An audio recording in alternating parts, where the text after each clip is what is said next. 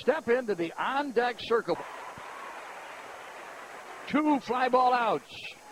Nice job with Don Baylor, hitting coach for the Arizona Diamondbacks before the game. Former Minnesota Twin. He was with the Twins for 20 games in 1987 and then was on the World Series roster for the Twins.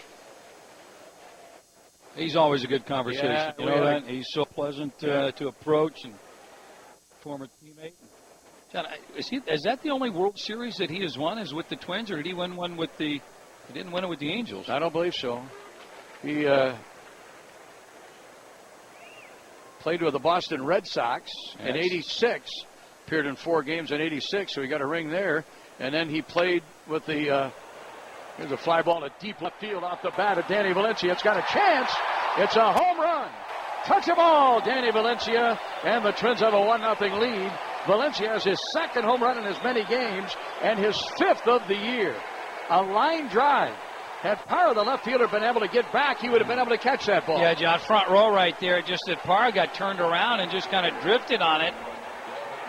That was a one-handed swing, so it might have fooled the left fielder a little bit. He was out in front and just got some good extension. Just made it. It bounced back onto the playing surface, but Tim Cheetah, the third base umpire, he had the home run call. Here's Delmon Young. He swings and fouls. And 2 down, the 2-out home run by Valencia. Twins have now hit 25 home runs, 7 in their last 3 games, including this game here tonight. They are no longer last in the American League in home runs. They're tied with Oakland and Seattle for 12th. All 3 teams went into play today with 24 homers. So the Twins are starting to pick up on the long ball. Here's Delmon. Takes a pitch inside, and it will be a count of 1 ball and 1 strike. Well, the Twins started the same way last night in 2nd inning. Hit a solo shot by Kadire, and here we got a 2-out home run. 1-1 the count. Here's Owings as he pitches to Delmon. And he pitches low, and it's 2 balls and 1 strike.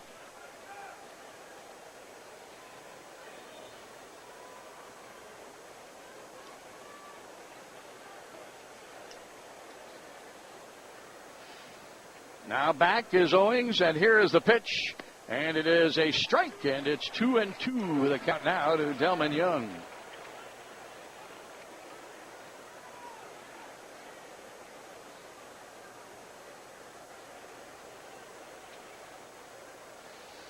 Owings 2-2 pitch. Swinging a foul. And it's still 2 balls and 2 strikes. Baylor played in the World Series in '88 with Oakland. 1 game. And then also with the Red Sox in '86. Dodgers, of course, won that '88 World Series. So I believe Baylor would have 2 World Series rings if he did get a ring with the Boston Red Sox, assuming that he did. He appeared in just 4 games in that series. Swing and a miss. Delmon Young chased a breaking pitch and is down on strikes. Well, the Twins pick up a run on the homer by Danny Valencia and have the early lead in this game. 2nd strikeout for Micah Owings as he retires Delmon Young for the 3rd out. 1 run, 1 hit, nobody left. And at the end of an inning and a half, 1-0 Minnesota. You're home for Twins baseball.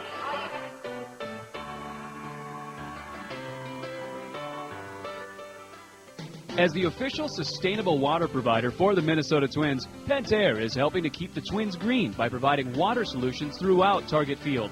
From capturing and reusing rainwater for irrigation to providing refreshingly great-tasting filtered drinking water, Pentair is knocking the ball out of the park.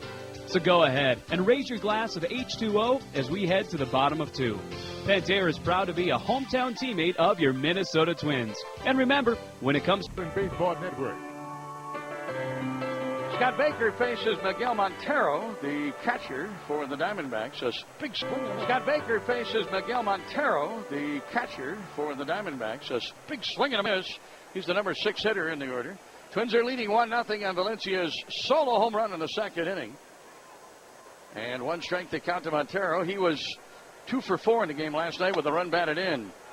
Jackknifes away from an inside pitch, 1 ball and 1 strike. I stand corrected on Don Baylor. He did not win a ring in 1986. The Mets beat the Red Sox in that World Series. That's the famed Billy Buckner boot. Here's a swing and a miss and an off-speed delivery. A good pitch.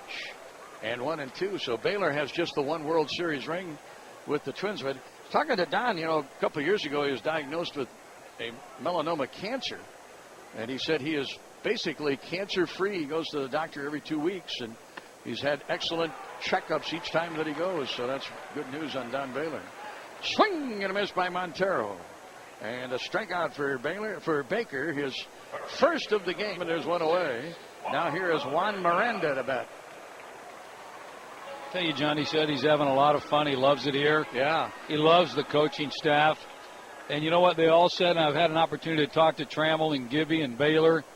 A little bit of hello to Matt Williams, but they love the team. They love the players that these guys are coaching.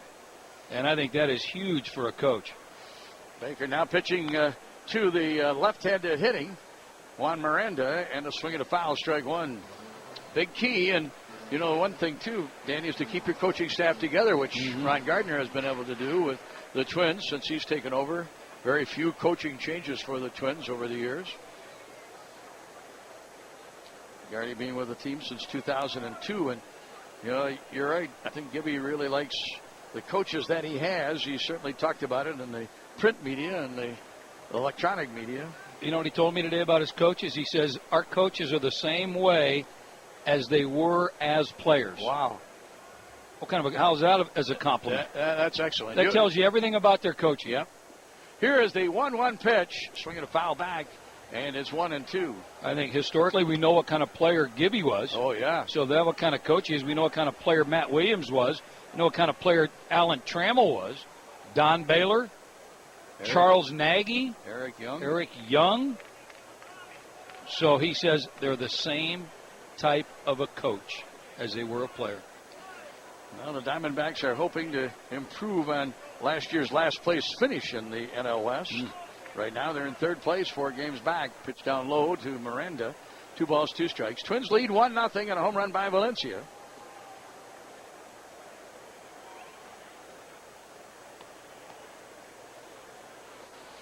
Another former member of the Minnesota Twins front office, Bob Gebhardt, is a vice president with the Arizona Diamondbacks. But Gebhardt is not here this weekend. And the pitch, just missed. And a full count of 3-2. He is with general manager Kevin Towers in their scouting for the upcoming high school and college free agent draft, which will be the first week in June. And the Diamondbacks have 2 picks. 2 very high picks in the first round. Here's a swing and a fly, foul down the left field line. They get the number 3 pick and the number 7 pick. Yeah, John, and how important are those picks going to be? Huge, just huge. So you want to make sure that you're right on those guys, and you also want to make sure that the people you draft are signable. We don't want to draft somebody that we're going to get into a long negotiating process. You'd like to be able to draft those guys, get them signed, and get them in uniform right away and learn the system. Full count, 3-2. Baker to Miranda. 1 out, nobody on. Diamondbacks in the second, and a big swing and a miss by Miranda. Boy, was he going for the downs on that pitch. Fastball, 93 miles an hour, and Baker blew it right by him. 2 strikeouts in the second for Baker. 2 away, and now here is Geraldo Parra to bat. Hey, here's what's brewing down on the farm, brought to you by August Shell. Jim Hoey back in Rochester saved the day and earned the save by striking out 2 in the bottom of the 9th in a 5-2 win for the Red Wings over Gwinnett. Did you know world-class beers are brewed right here in Minnesota at August Shell? August Shell Brewery, New Ulm, Minnesota. Another left-handed hitter, Parra. He did not play in the game last night. He is the left fielder. He has played in 38 games, 266 batting average, 2 homers, and 10 runs batted in. 2 away, nobody on. Baker, 1 ball, no strikes, and a swing and a miss. Boy, Baker with a 92-mile-an-hour fastball, and the Diamondbacks hitters are swinging and missing.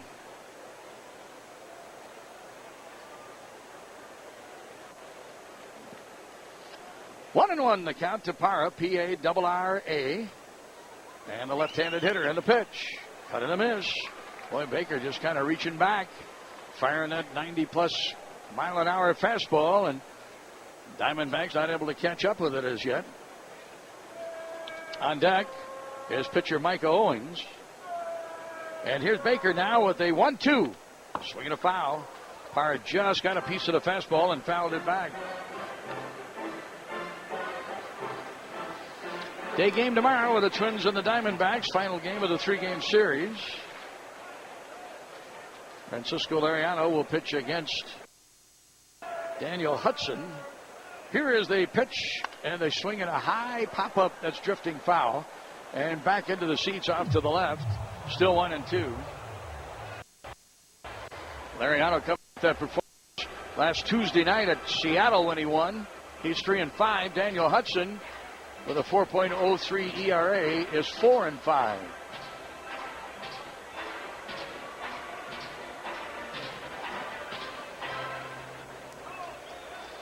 Baker to Parra with 2 down and nobody on. 1-0. Twins leading. And the pitch. Swinging a ground ball on the right side. It's through. A dive by Kadire, but he couldn't get it.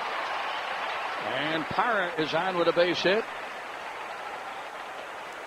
First of the game for the Diamondbacks. And here is Owings to bat. Number 15, Michael Owings. Well, we mentioned a little bit earlier about Owings and his hitting opportunities. He's pretty much considered to be the best hitting pitcher in all of baseball. This is his first at bat this year, but his lifetime mark is 293 with 9 homers and 34 runs batted in. And the pitch. A fastball is in there for a strike, and it's 0-1. 54 hits and 184 at-bats. John, of those home runs, he has 2 pinch hit home runs. How many pitchers do you see with dual batting gloves on? Yeah. And a pitch. A swing and a foul. Ooh, that one caught Drew Butera. And Butera a little slow in getting up. Jeff Nelson, the home plate umpire, out in front of home plate now, giving a new ball to Scott Baker.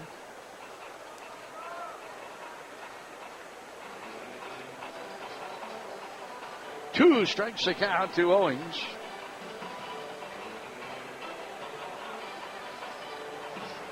And we're just waiting for Drew Butera to catch his breath. Looks like he's going to be okay.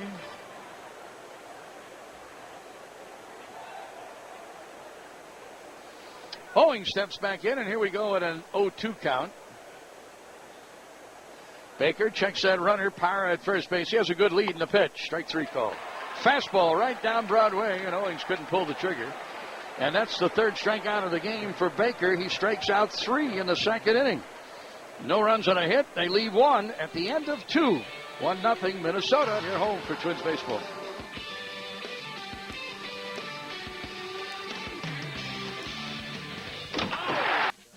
You're listening to the Treasure Island Baseball Network.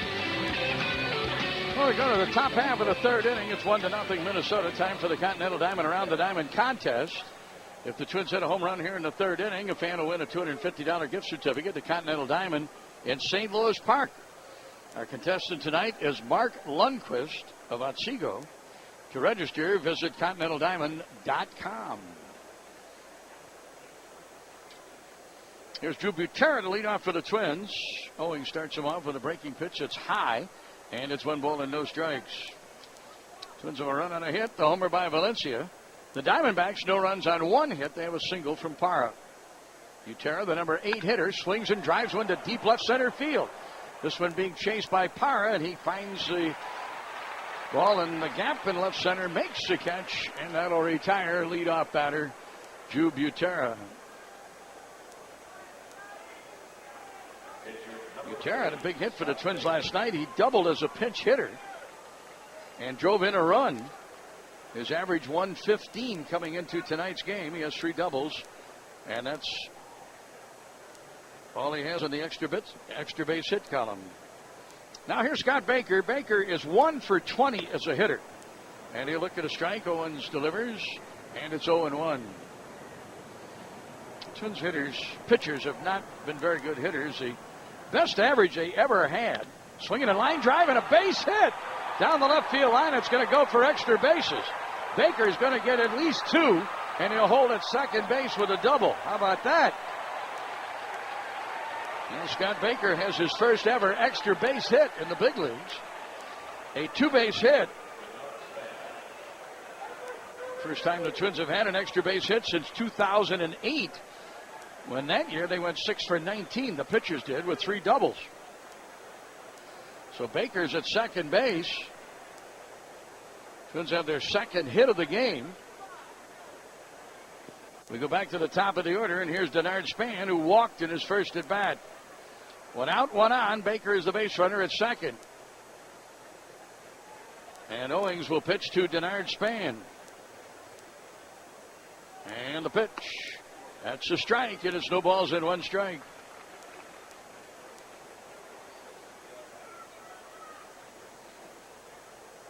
Just the second hit in 21 at-bats for Scott Baker.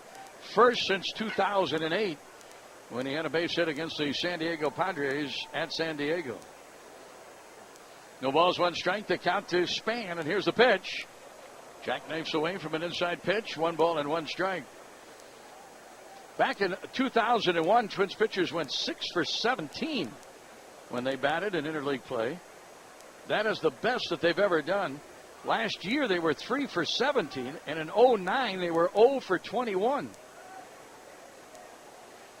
Dunsing had an at-bat last night, and he went 0 for 2. And the pitch. Swinging a line drive, base hit, left field. Scotty Olger, third base coach, will hold up Baker. And here comes a strong throw back into the infield by Parra. Boy, he's got a good arm. Whew. And Baker will be held at third base. Scotty Olger coaching at third again. Steve Little, third base coach, still experiencing a little bit of a quad pull and not able to coach at third base.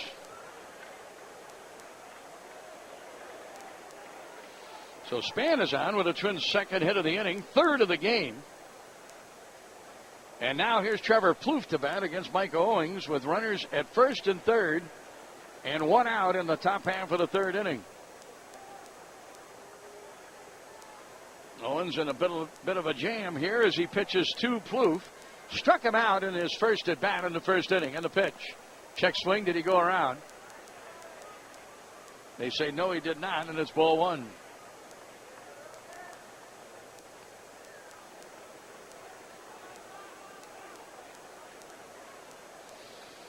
Two on for the Twins. Span at first.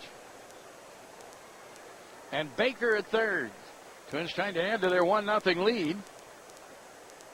Infield double play depth. They'd like to get something on the ground to get the Diamondbacks in the dugout. Now the set by the right-hander. Owings checks the 2 runners, and here's the pitch. Plouffe with a swing and a foul. Back to the netting. 1 ball and 1 strike.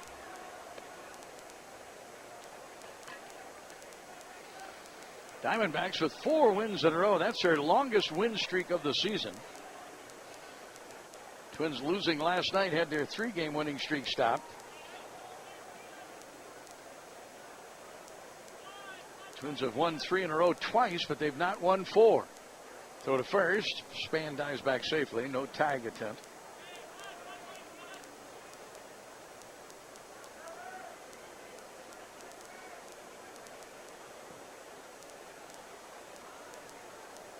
Owings ready now on a 1 ball, 1 strike pitch. And here it is to Trevor Plouffe, a check swing and a foul. That ball went fouled off of Montero, the catcher, and it looks like he's okay. He went down, but I think he's all right.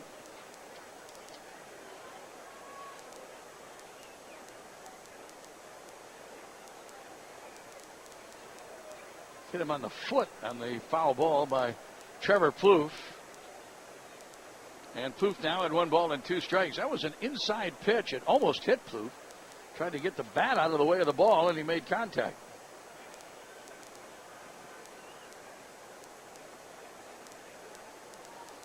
Now Owings ahead at 1 ball and 2 strikes to Trevor Plouffe.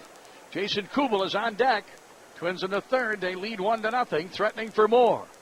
Pitch wide, 2 balls and 2 strikes.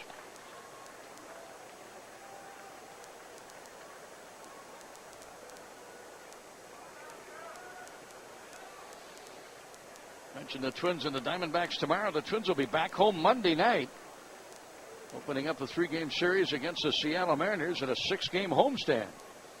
Los Angeles Angels will follow the Seattle Mariners. Twins have an off day on Thursday, and of course going to hold the memorial service for Harmon Killebrew Thursday night at Target Field, open to the public. It'll start at 7 o'clock. Now Owens, 2-strike pitch. Strike 3 call. Breaking pitch. And Trevor Plouffe couldn't pull the trigger. He is out on a third strike. And Jason Kubel will bat with 2 down for the Twins. Third strikeout for Micah Owings. Twice he has fanned Trevor Plouffe. Now Kubel bats. Kubel bats to a double play, 3-3-6 in his first at bat. 1-0, the Twins are leading. Twins were 1 for 6 with runners in scoring position in last night's game, even for the fact that they scored 7 runs. And the pitch. A breaking pitch is in for a strike to Kubel, and it's 0-1.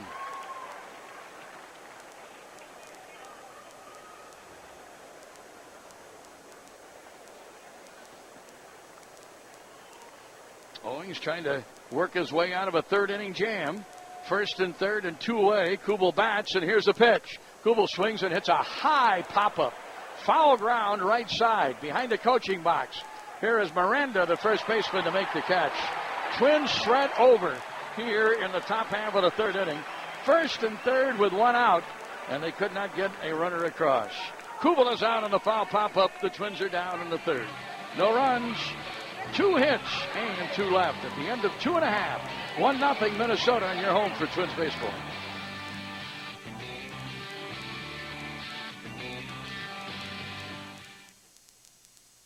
The Twins carry The second when Upton was hit by a pitch but did not advance.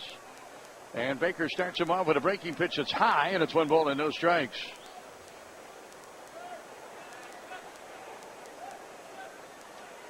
Right back, and here's a pitch. Swinging a foul, and it is 1-1. Talking about reuniting with some of the former Twins, Don Baylor, and not getting an opportunity to see Bob Gebhardt. Bob away. Lizzie Mee, the daughter of Tom Mee, the longtime media relations director for the Twins, who is retired and lives in upper Minnesota. I think up by Lake Vermilion. Yeah, Lake Vermilion, right? I keep trying to invite myself up there, and I just I'm not doing it right, John. Yeah. Well, Lizzie gave me Tom's number.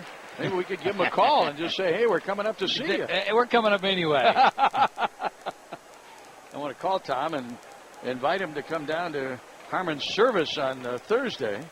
Check swing and a pitch inside, and it's 2 balls and 2 strikes. I thought maybe Tom might be at the service on Thursday, but he wasn't able to come.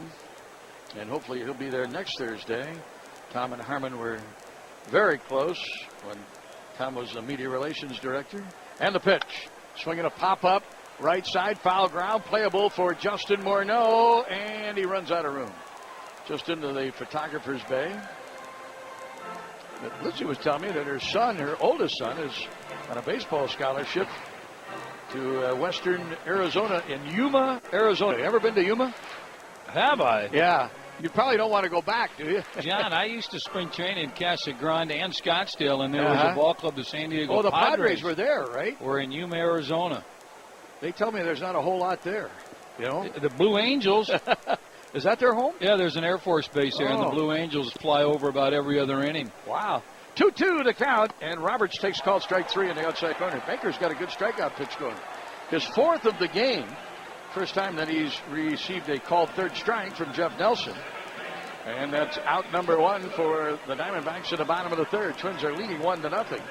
Hey, John, we used to, there was Yuma, Arizona, and then the Angels would come into town, and they would spring train here for about 3 weeks, and then they would go to Palm Springs. Yeah. So what we would do is take 2 buses. The Giants would play a game in Yuma against the Padres. 1 bus would come home, and the other guys would head on and play a game in Palm Springs against the Angels. And then they would come home the next night? Yep.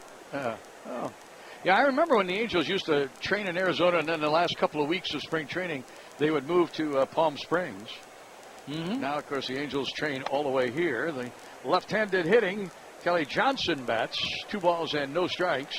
1 away, nobody on. The Diamondbacks are batting in the bottom of the third inning. 2-0 the count as Baker works to Johnson. Swing and a foul back to the netting and 2-1. Well, Lizzie married a baseball player, Darren Scott, who is a pitching coach for the Colorado Rockies minor league system. He's at Modesto. And the three boys for Lizzie, all of them are baseball players, and all of them are pretty good players. Lizzie says the baseball scholarship might lead to an opportunity for a professional contract for the oldest son. Called strike is in, 2 balls and 2 strikes. Well, good luck to him. Yeah.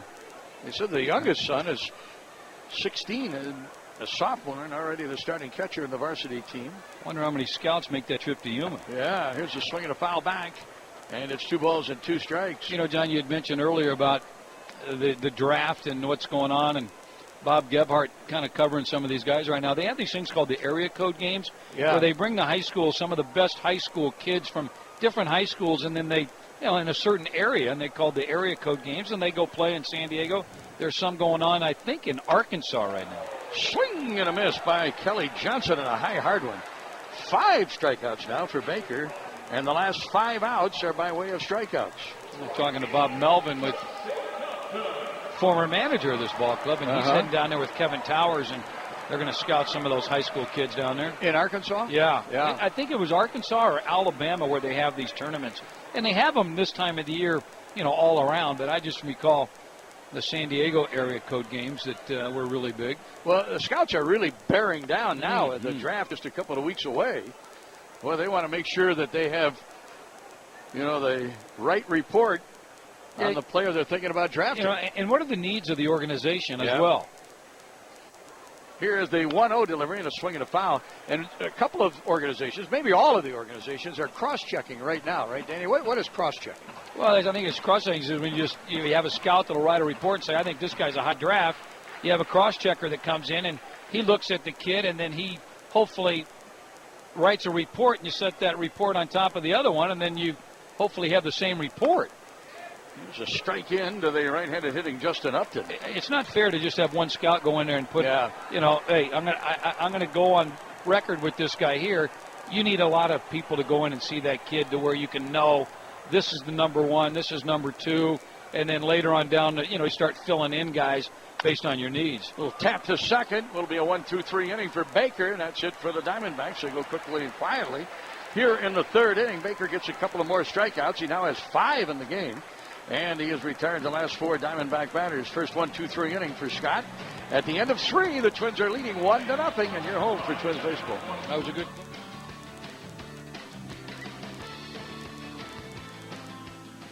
In life, accounts and descriptions of this game may not be disseminated without the express written consent of the Minnesota Twins. This is the Treasure Island Baseball Network. 4th inning, 1-0. Twins are leading. Portion of Twins baseball brought to you by your Select Heartland Chevy dealer. See your Chevy dealer or log on to ChevyDealOnline.com for the play-by-play. Here's Dazzle. Thank you, Johnny. Good evening, everybody. Strike 1 swung on and fouled off by Justin Morneau. A fly ball out to center field. In the 2nd inning, right-hander Micah Owings, big right-hander, looks in and rocks and delivers. Swung on and popped up behind home plate and first base. Kadire now getting out of the way as their catcher stumbles over the on-deck circle. The pine tar rag, weighted bat, and some rosin bags, but does come up with the play. So Justin Morneau, a fly ball foul out to start the top of the 4th inning. That's not an easy play for a catcher in that you're looking up into the sky and stepping over some weighted bats and pine tar rags. And now it'll be Michael Kadire. Kadire also swung at the first pitch and flew out to center field. Bats here, and he takes it all the way for a strike. Danny Valencia due up next. Danny Valencia, solo homer with 2 outs in the 2nd. The only run so far. 1 run on 3 hits for Minnesota. Swung on and fouled straight back. Big cut by Kadire. Got a pitch to handle and just got under it. And now no balls and 2 strikes. Kadire in the ball game last night, 1 for 4, a solo homer. Kadire, that was his 5th of the year. And the 0-2 pitch, ground ball, 3rd baseman. Easy play, comes up and retires Michael Kadire.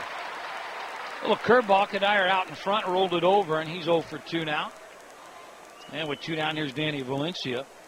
Hey, don't forget the Twins return to Target Field this Monday for a series against the Seattle Mariners. Great tickets are still available for games Monday night, Tuesday night. And don't forget it's a Wednesday afternoon ball game. Check the ticket availability for all the games at twinsbaseball.com. Get on the phone, you call 800-33-TWINS. Swung on it, fouled straight back. Big cut by Danny Valencia. Valencia swinging a hot bat, 1 for 4 with a homer last night. His homer came late in the ballgame. On a road trip, Valencia just 3 for 20. And now he's 4 for 21 with 2 home runs and 4 RBIs. And the pitch gets the plate, but low. We're in the top of the 4th inning, 2nd of 3 against the Arizona Diamondbacks. Diamondbacks 21-23 on the year. Minnesota Twins 15-28 find themselves in last place. Little number out in front of home plate. Owings, the right-hander, fields it. Underhand toss to retire Danny Valencia. 3 up, 3 down, 3.5 complete. Twins lead 1-0. You're listening to Twins Baseball.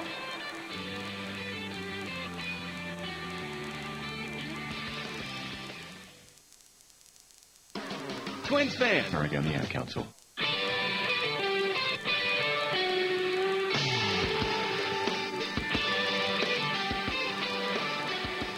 Well, welcome back to Chase Field. Danny Gladden along with John Gordon here as we give you all the action as the Twins take on the Arizona Diamondbacks.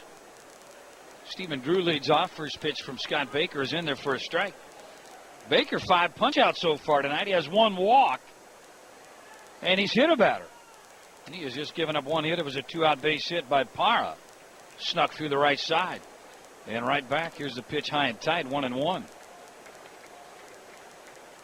Stephen Drew 2 for 4 in the ballgame. Scored 2 runs last night. Also hit a home run in that game. And Baker rocks and delivers. It's high. 2 balls and 1 strike. Baker has pitched up in the zone all night, and the aggressive Arizona Diamondback hitters have been swinging at it. And Baker getting it up there around 92, 94. Good fastball, good breaking ball. 2-1. And it's inside, and now a 3-ball, 1-strike count leading off the bottom of the 4th here. Stephen Drew, one of the top shortstops, I'd have to say, in the National League, not only defensively, but he's a pretty good offensive player. And a dangerous 3-1 pitch. Swung on and missed. Big cut by Drew. John was talking about Don Baylor, the hitting coach of the Arizona Diamondbacks earlier, and some of the teams he's played on. And Gibby was saying that his coaches kind of coach the same way that they played. And with Baylor, he tells these guys, get on top of the plate and swing the bat. Swung on and missed. Drew chased the pitch way high, and now he's going to head back to the dugout. 6 strikeouts for Scott Baker. And here's Chris Young stepping to the plate.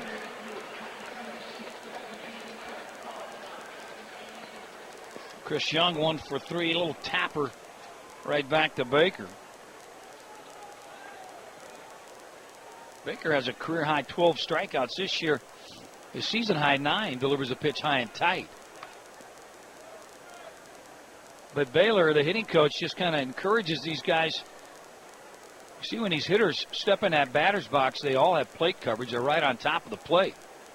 And a pitch, slider outside. 2 balls, no strikes. And talking to Gardy, his scouting report is these guys like to swing the bats.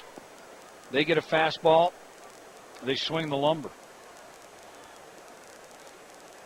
And a 2-0 pitch. Swung on it, lifted to left field on a fastball. And Delman Young coming in a few steps now, waits for it, and he'll put it away. So 2 down, and the batter's going to be Montero, the catcher. Of course, the bottom of the 4th inning means it's our U.S. Bank question of the game. First correct answer, you're going to have a chance to win some U.S. Bank home run porch tickets. Our inbox is radio@twinsbaseball.com. Simple. Which Twin was the first in club history to hit a grand slam for his first career home run? Again, send your answer to radio@twinsbaseball.com. We'll answer it later. U.S. Bank, all of us serving you. Shaking your head, John. Pretty easy. That's a good question. Very good question. You got the answer. I think so. Okay. Don't need to write it down or wait till later. Okay. 1 ball, no strikes, 2 down. Montero, the catcher, takes the pitch, and now that one's low. And now 2 balls and no strikes. So Scott Baker has fallen behind every hitter this inning. 3-1 to Stephen Drew, struck him out. 2-0 to Young and got him to fly out. 2-0 pitch, swung on and missed. Boy, Montero does not get cheated on his swings.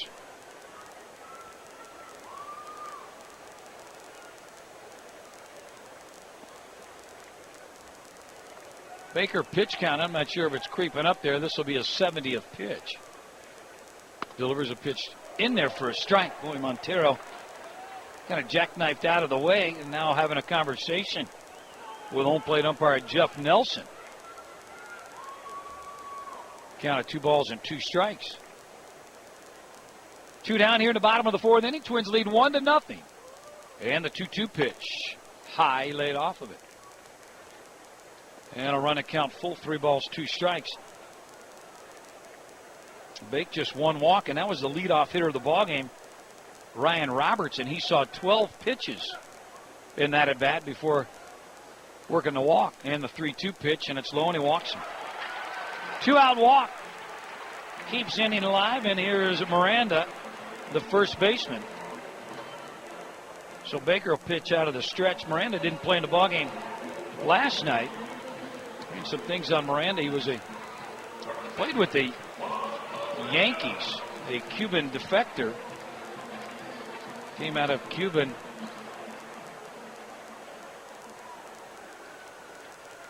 Defected, and he went to the Dominican Republic and signed out of there as a free agent with the Yankees. Got a cup of coffee 3 years in a row with the Yankees. Swings and fouls this one straight back. But looking at some of his minor league numbers where he got to play. 2008, he had 287 in 99 games. 12 home runs, drove in 52. In 09, played in 122 games in AAA. Hit 19, drove in 82. Yeah, first year with the Diamondbacks. Takes a pitch high and tight. 1 ball, 1 strike, 2 down. Montero at first base. Twins lead 1-0. Danny Valencia's 5th home run of the season. But Miranda, they like his glove. They feel he's a good defensive player. Pitch inside, almost hit him. And good pitch by Scott Baker. He came in there hard with a fastball. Miranda not too comfortable in the batter's box. Baker will go to the back of the mound, rub up the baseball. Miranda, the hitter, adjusts his batting gloves. And now Baker toes the rubber and leans in. Runner at first and 2 down. 2-1 pitch on the way. Fouled off left side. Miranda got a fastball. And now it's going to even it up. 2 balls and 2 strikes.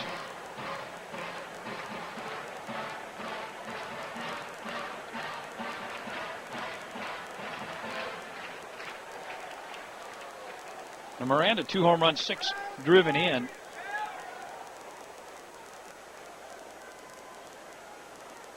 Just starting to get some playing time. Big pitch here, 2-2. Baker checks the runner. Here's the pitch just inside. And now 3 balls, 2 strikes. Morneau's going to go ahead and play behind the runner. So anything hitting the gaps, Montero runs fairly well for a catcher. Might have a chance to score.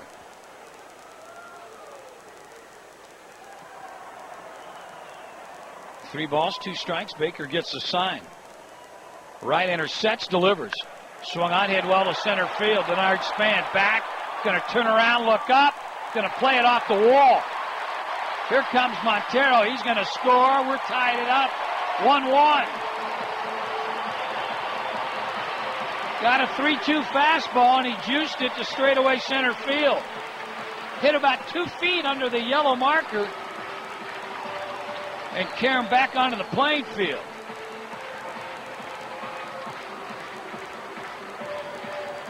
So Miranda picks up a double, picks up his 7th RBI.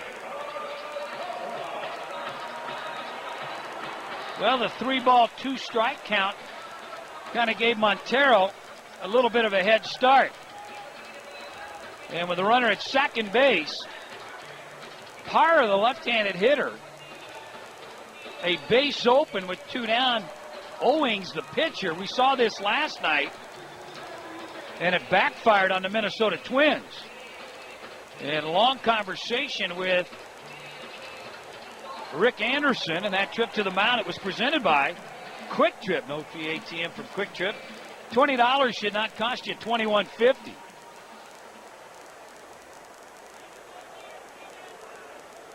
Well, the problem is, that if they intentionally walk him, the guy in the on-deck circle's a pretty good hitter, and they are going to intentionally walk him to face the pitcher. And here's a guy that has a lifetime .293 average. 9 home runs in his career. He's driven in 34. So Andy kind of went out and talked to him. Usually, if they're going to walk him, they'll just put 4 fingers up from the dugout. But they elected to maybe go out and have the conversation with Baker. And sometimes it's, hey, how do you feel? Who do you want to face? Leaving it up to the pitcher. And maybe it was Scott Baker that said, let's go ahead and walk the left-handed hitter rather than try to pitch around him, maybe make a mistake. Let's just go ahead and walk him. Save my 4 pitches. Baker is at 82 pitches right now. And boy, now Micah Owings, the big right-handed, steps in the batter's box. He did strike out in his first at-bat, taking a big swing and a miss. So runners at first and second, 2 down. This kid can hit. Stands tall in the box. Curveball that's high, ball 1. A lot of pitches for Baker in this inning. Yeah, John. A lot of pitches. I looked up there, and I think he started the inning at 69. Yep. And it's been 20 pitches, and they've tied it up. He went 3-2 on 2 of the hitters. Pitch on the way, and it's fouled off. Big cut by the right-handed pitcher. Owings, he's wearing number 15 on his back. Second time with the Arizona Diamondbacks. Went from Arizona to the Cincinnati Reds. But he's a big-bodied kid. Stands tall in the box. And again, a Don Baylor type right on top of the plate. Dual batting gloves. So he even gives you the image of he looks like a hitter. Outside corner for a strike. Good fastball by Baker.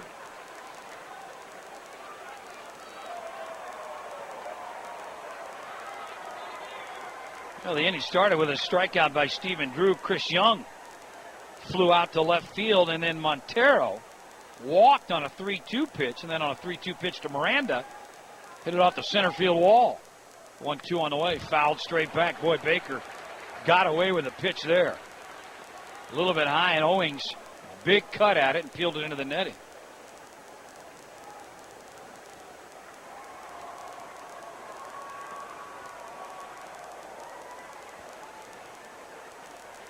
Bottom of the 4th inning here at Chase Field.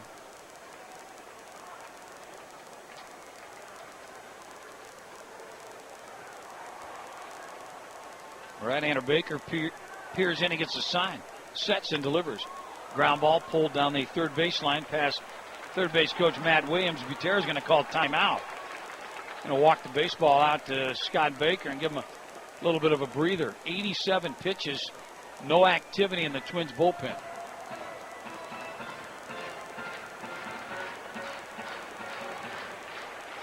And I'm not sure the Twins bullpen thin or not. I know that Slowey, I'm not sure if he's available tonight. 2/3 of an inning in the ball game last night.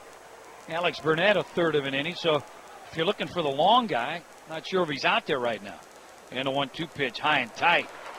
arch the back of the pitcher. And now 2 balls, 2 strikes. I never understood this as a hitter with 2 down runner at second base. And in this case, first and second. Guy steps out and he's always looking at the third base coach for a sign. like he's going to wait 2 strikes on him. Like, there's no sign here to give you, kid. Matt Williams doesn't even look at him. Yeah. 2 balls, 2 strikes, and the pitch. Fouled back.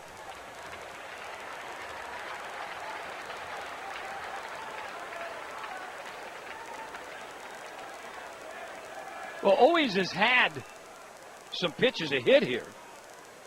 And Baker continues to pound the fastball.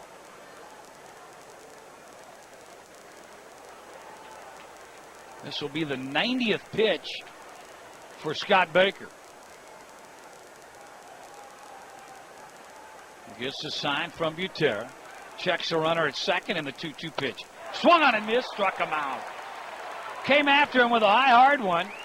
And Owings heads back to the dugout. 7 strikeout for Scott Baker. They do pick up a run. It's a tying run. 4 complete here at Chase Field. Knotted up 1-1. Scoreboard update next, and you're listening to Twins Baseball.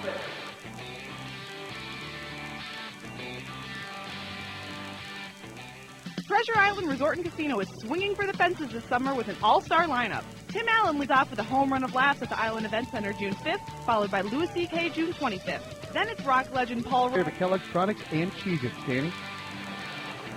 Thank you, Chris. And don't forget, Excel Energy reminds you to go for the safe play every day.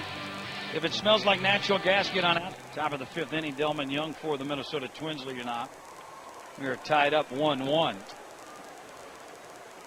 90 pitches for Scott Baker. And hopefully he has kind of a quick 5th inning when he comes out. Delmon Young takes a breaking ball in the inside corner for a strike. Delmon went down swinging in the 2nd inning. 2-17, still looking for his first home run of the season.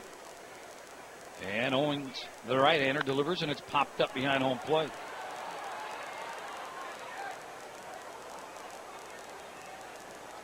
Delmon Young on a road trip, 4 for 15. The ball game last night, he went 2 for 4. A little mini 3-game hitting streak for Delmon Young. No balls, 2 strikes, and a pitch on the way. Ground ball right side. It's going to sneak through for a base hit. Only threw a breaking ball, and it stayed up in the eyes, and Delmon Young went the other way, a leadoff base hit. And now here's Drew Butera. See what Butera can do. Has some options in either trying to bunt him over, hit and run. Scotty Olger still coaching third base for the Minnesota Twins. Coached last night, Steve Little, the regular third base coach. I thought it blew a calf out in Oakland. They had early batting practice one day and was chasing a ball, and he blamed it on the wet surface in Oakland. And, of course, they had some rain delays there prior to the Twins coming in. Butera swings at the first pitch and lifts it foul into the seats. And Steve said he did it in the foul territory in the Coliseum and thought he was a little bit younger than he was. But blew that calf out, not sure when he's going to be back. Kind of interesting because we try to get the daily reports on the injury updates on some of these guys. 0-1 pitch to Butera in the dirt. Going to get away. Delmon Young's going to advance to second base. So Delmon Young read that ball perfectly. Be a wild pitch. So Young at second base eliminates the ground ball double play. Maybe now with a 1-ball, 1 strike, Butera will get the bunt sign and he can bunt him over to third base. Well, we were hoping for an injury update report on Steve Little, and we didn't get it from the trainer, Dave Prumer. I asked him off record, and he said he's day-to-day, Dan, like everybody else. Checks the runner, Young at second base, nobody out. And the pitch is outside. Now 2 balls and 1 strike.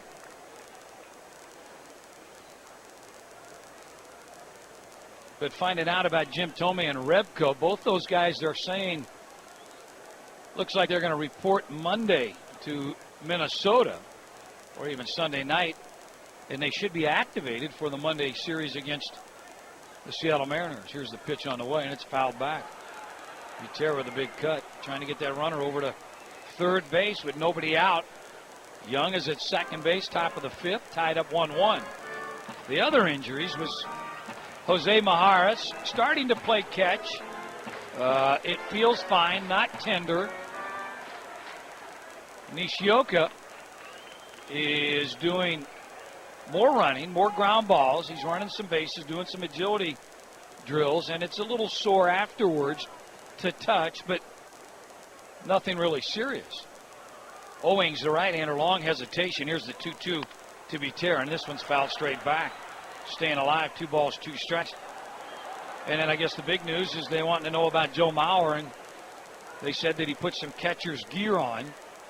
He has not caught any pitchers or might have done some light work in the bullpen, but has not caught in any games. He's in Florida, right? Yes, he is. But trying to amp up what he can do, and they do not have a timeline on Joe Mauer. And a pitch fouled off again. Butera hanging tough.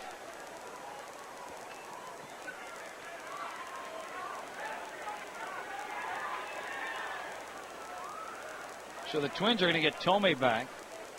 They'll get Rebko back, and Rebko probably getting more playing time down on his rehab than he was when he was up here and healthy. But he's a guy, I think, that when he comes back and activated will go back to his role, and that is to kind of be a nice little utility player for the Twins, and they need him. Here in the 2-2 pitch in the dirt. Nice block by Montero, the catcher. So the Twins are still trying to just kind of tread water until they can get some bodies healthy. And I've always said that you're really not going to see what kind of a ball club that they have until they can get these guys on the field and healthy and playing for at least 2 weeks together. 3 balls, 2 strikes. Big pitch coming up here. Checks Young and the pitch on the way. Little jam shot to the third baseman. Fails to get Young over to third base.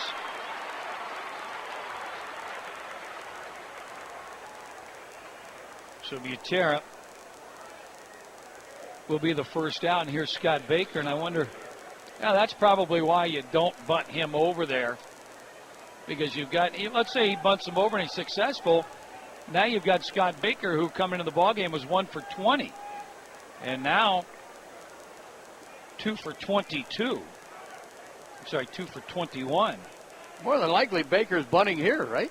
Yeah, but you're going to bunt him over there with 2 outs. With 2 outs, but then again, you like Delman Young, left-hand hitter, due up next.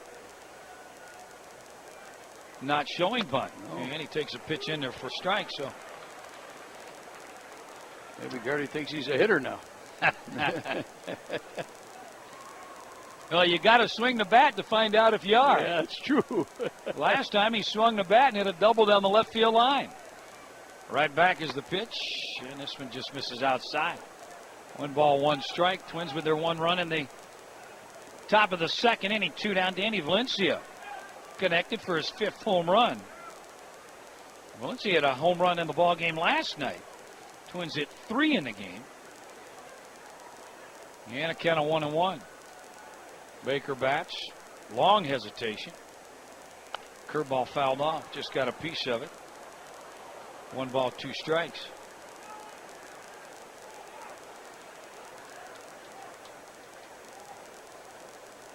Twins trying to grab the lead again.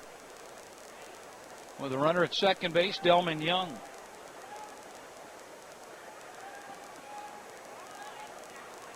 What I like about playing on the West Coast like this, and I guess I consider this West Coast time, is all the scores on the East are pretty much already in. Swung on and lifted to center field, shallow. Shortstop Drew out. And a center fielder Young coming on, and he puts it away easily.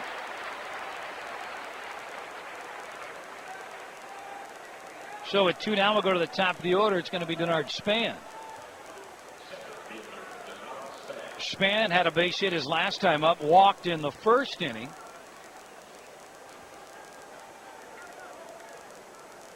Right-hander Owings, boy, rubbing up that baseball for a while.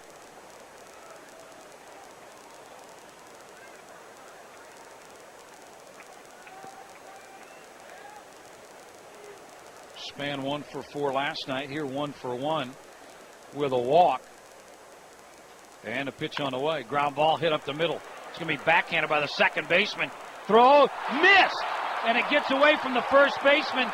Delman Young's going to score, and the Twins lead 2-1. Good play by the second baseman, Johnson. Miranda, the first baseman, just goat-headed it, and it kicked over his glove and allowed Delman Young to score. I believe they're going to give maybe a base hit and a throwing error. E4 all the way. Boy, tough error.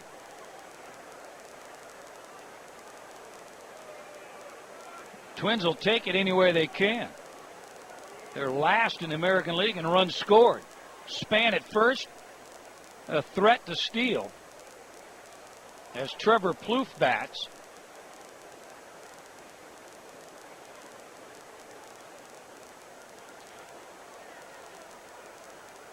Plouffe so far this afternoon or this evening, 2 punch-outs. Swings and misses at a high fastball up in his eyes.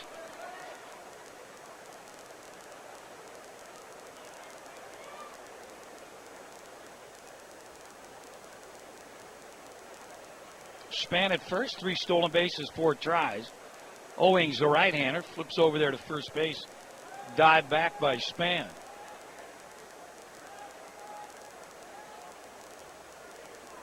Two down, runner at first, 1 run in. Span not running. This one's pulled to the third baseman. Nice backhand play. He's going to go to second base to force out Denard Span. Nice play by the third baseman, Roberts. Oh, my. Twins pick up a run here on 1 hit, 1 big error. Completed 4.5. Twins lead 2-1, and you're listening to Minnesota Twins baseball.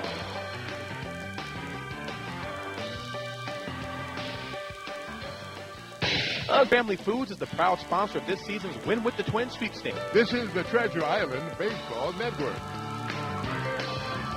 Back here at Chase Field, leading off for the Arizona Diamondbacks. Be the top of the order to be Ryan Roberts, who made that nice backhanded play off the bat of Trevor Plouffe.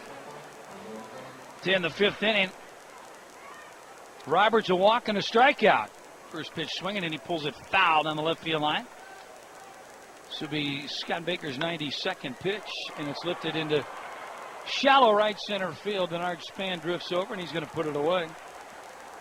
So Roberts 1 up, 1 down on 2 pitches, and talking about Scott Baker and his high pitch count, boy, he could use a quick 1-2-3 inning here, and there's Kelly Johnson.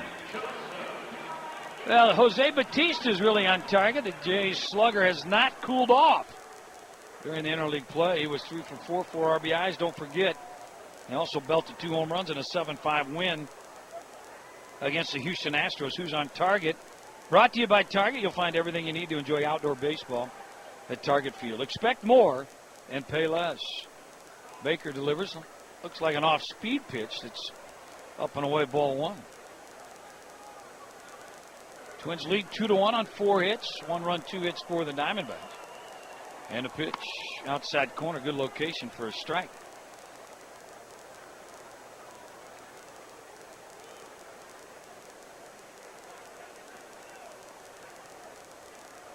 One ball, 1 strike. And Baker delivers. Swung on and missed. Baker tonight, 6-7 strikeouts. He has 2 walks, 1 intentionally, and he's hit a batter. Baker last time out at Seattle went 6 innings, 7 hits, gave up 4 runs. And this ball's lifted down the left field line. Delman Young near the line, and he's going to reach up and put it away. So 2 lazy fly ball outs here to start the bottom of the 5th inning. And here's Justin Upton. Twins in that ballgame at Seattle, they lost the ballgame, and Scott Baker left trailing 4-0. And that was the ballgame. Twins losing streak had reached 9. And in that ballgame, 6 innings, Baker threw 108 pitches. And the right-hander delivers. Check swing by Upton, and it's in the dirt. Upton was hit by the pitch in the first inning, grounded out to the second baseman to end the third. Upton 9 home runs. And Baker right back. Fouled back near the Twins dugout.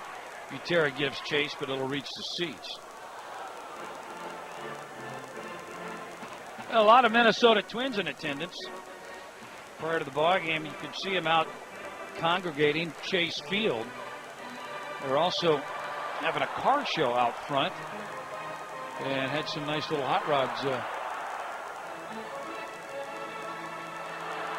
out there, and a lot of the proceeds were going to some of the military families.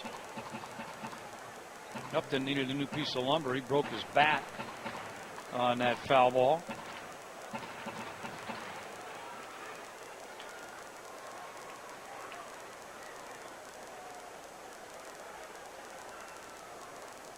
Here's the 1-1 pitch. It's low.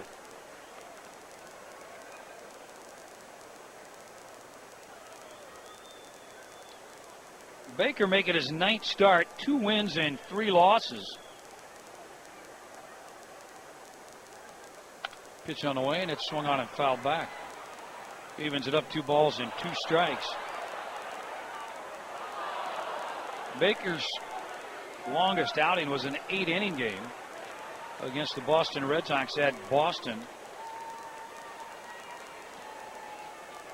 Twins beat Boston 9-2 in that ball game. He went 7 innings, or 8 innings, just gave up 7 hits and 2 runs.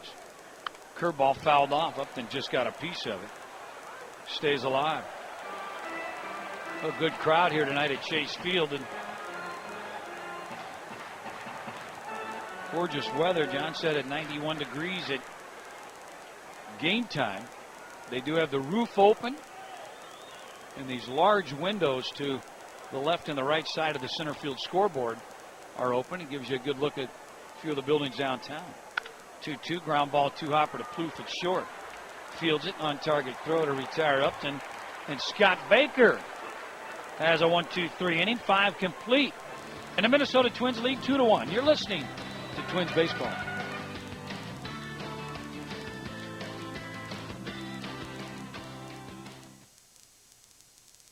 It is with sound mind and body. Department of Health and Human Services, Adopt Us Kids, and the Ad Council.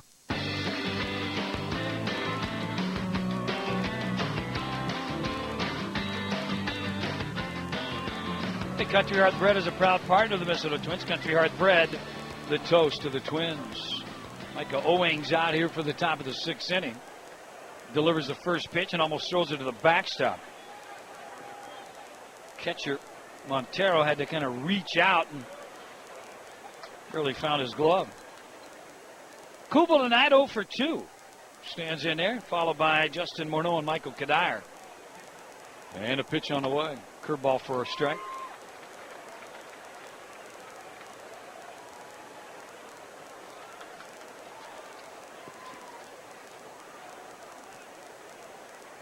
One ball, 1 strike, and a pitch down and in.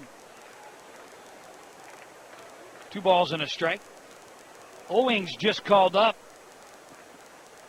He's called up from Reno AAA. He had 7 starts down there. He was 3-1. 39 innings. He walked 9, 27 strikeouts. 2-1 to Kubel. Swung on, hit well down the right field line. If it's fair, it's gone. And this ball is gone. A solo shot by Kubel. Twins lead 3-1. Well, listen to the crowd here. A lot of Twins fans. Boy, Kubel connected deep down the right field line. So Jason gets in the home run parade. 2 homers hit by the Twins here tonight. They had 3 last night. And now here's Justin Morneau. Justin 0 for 2. And here's the pitch. Little jam shot down the right field line. Foul.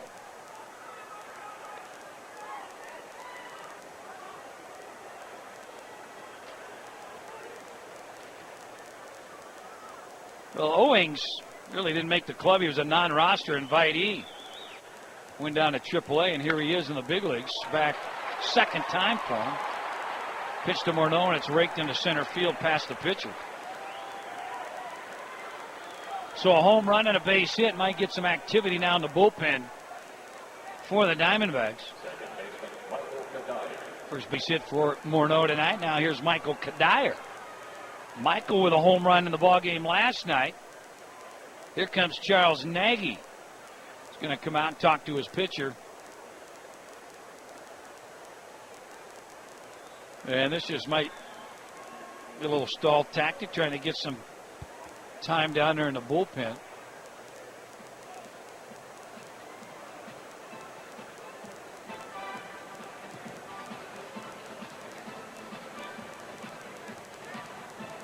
Well, so far, Owings given up 6 hits.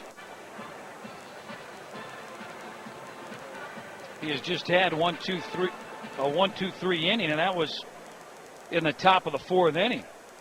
He got Morneau, Kadire, and Valencia. But third time through the lineup, these guys should be dialing in on him. Nothing overpowering, 88 and 90. He's got a little breaking ball. As Kadire bats, and the pitch in there for a strike.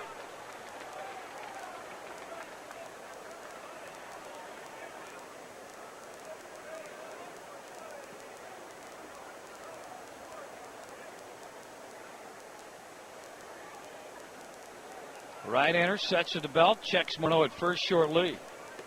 Outside and in the dirt, 1 ball, 1 strike. Well, this guy Owings, a veteran right-hander, went to AAA, had 9 starts down there, and got called up to start this ball game. Just outside and low, boy, home plate umpire Jeff Nelson got crossed up there. He started to go in his strike position and just kind of pulled off. A little barking from now the Diamondbacks dugout.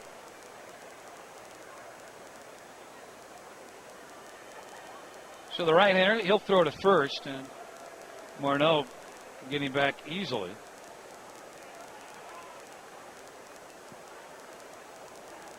Well, watching Owings in the 77 pitches, well, everything is slowing down. The breaking ball just doesn't have the bite. Fastball velocity's lost a couple. Pitch to Kadire. It's an off-speed pitch, popped up. Shallow right center field. And the center fielder, Chris Young, calls for it and puts it away. So Michael's the first out. And here's Danny Valencia batting. Valencia had that solo homer in the 2nd inning, his 5th of the year.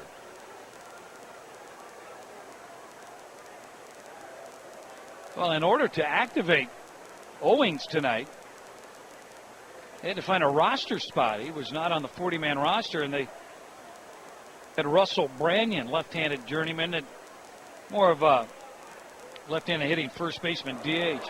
Pitches inside, and it goes to the backstop. So Justin Morneau advances to second base. You pretty much say that Owings is done.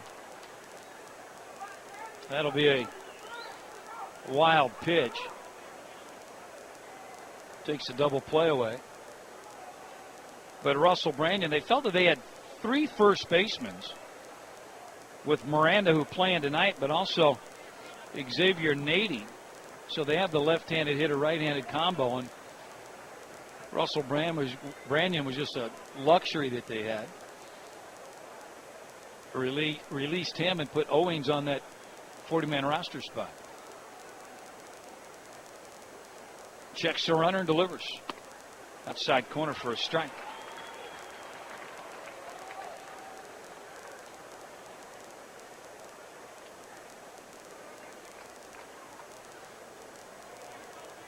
Twins lead here in the top of the 6th inning, 3-1. Timeout called by Valencia. Owings taking way too much time on the mound.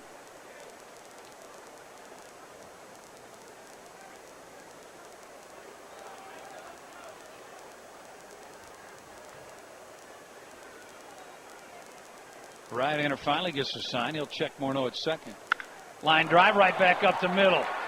Morneau's going to be waved around. Here comes the throw to the plate, and it's going to be cut off. Twins lead 4-1. A line drive bullet right by the pitcher. Valencia picks up his second RBI. Looks like Kirk Gibson has seen enough.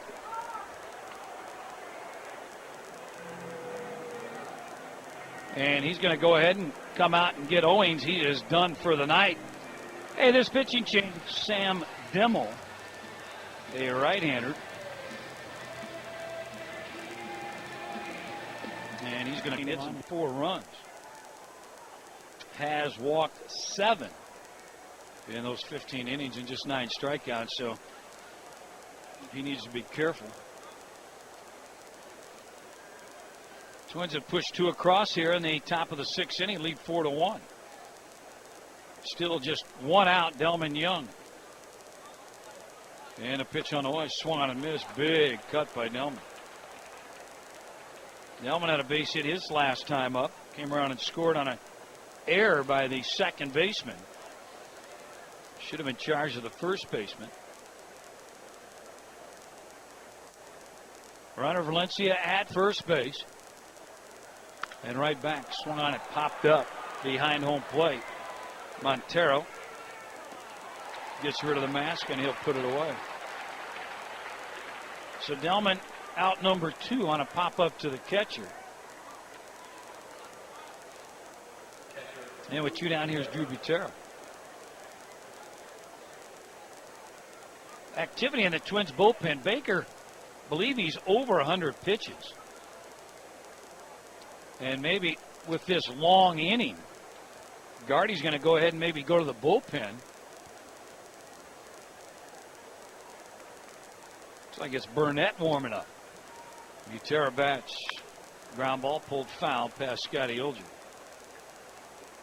Butera tonight 0 for 2, a fly out to the third baseman, fly out to the left fielder.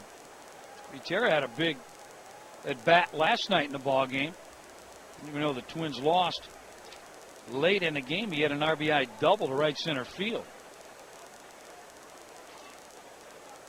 Dimmel, the right-hander, from the stretch, checks the runner. Here's the pitch, swung on and missed. Curveball in the dirt. Now Butera's in the hole, no balls and 2 strikes. Yeah, Kuba led the inning off with a home run, his 5th of the year. Morneau had a base hit up the middle, a solid knock. Kadire flew out. Morneau advanced to second on a wild pitch and scored on Valencia's single. 0-2 pitch, just got a piece of it, stays alive. Delman Young popped up to the catcher for the second out, and here we are. Owings is going to go 5 1/3, 7 hits so far, or he'll give it up 7 hits, and so far 4 runs. Valencia, if he should score, will be charged to Owings.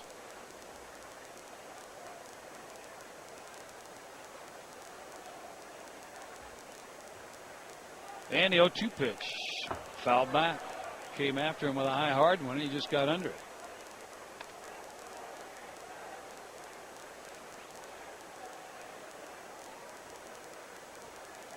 Well, I think Gardy is going to go to the bullpen here because Ben Revere is the hitter in the on-deck circle, and that is Scott Baker's spot.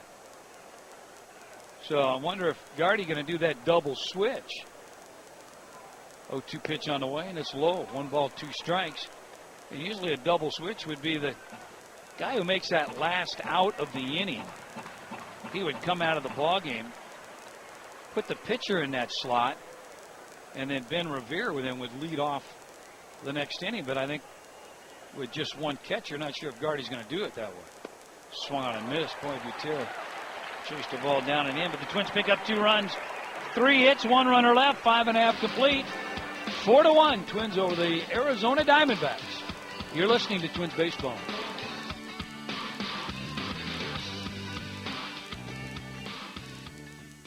Hey, Twins fan, proud sponsor of the Minnesota Twins.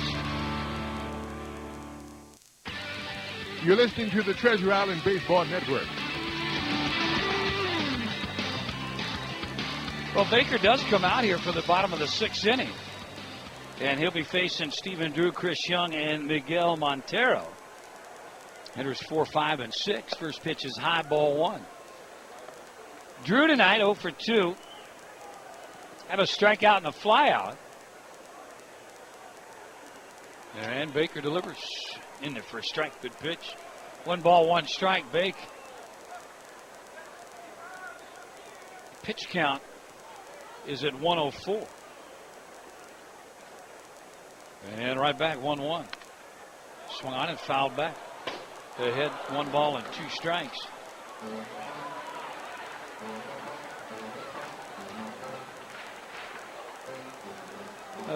Gardy hoping that maybe Baker talked him into letting him go out there and get through this 6th inning, and then the pitcher's spot is due up the following inning.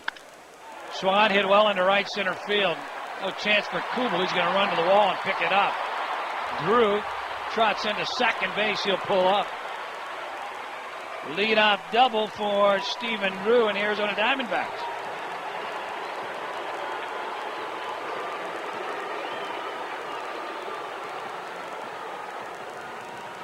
Alex Burnett had been warming up for the Minnesota Twins. Batter's going to be Chris Young. Young tonight 0 for 2. And it does look like Gardy's going to go ahead and let him stay in there. So a leadoff double for the Diamondbacks, bottom 6. Twins lead 4-1, 7 hits for the Minnesota Twins, just 3 hits for the Diamondbacks. And Baker delivers way high. You want to hang with the majors? It's back. It will be on June 16th at Toby Keith's in St. Louis Park. Your chance to interact with your favorite Twins players. Features a private dinner 6 to 7:30. Also, there'll be some live silent auctions plus a few other surprises. And a 1-0 pitch. Fouled back. 1 ball, 1 strike. Proceeds for this are going to benefit the Minnesota Military Family Foundation. Visit MinnesotaTwinsBaseball.com for more information.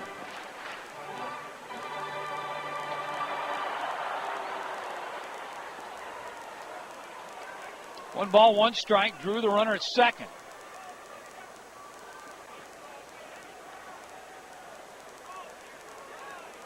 Arizona had a big rally late in the ballgame last night. And a 1-1 pitch. Swung on, hit well down the left field line. Delman Young's going to run to the wall and pick this one up. Back-to-back doubles. Twins lead 4-2.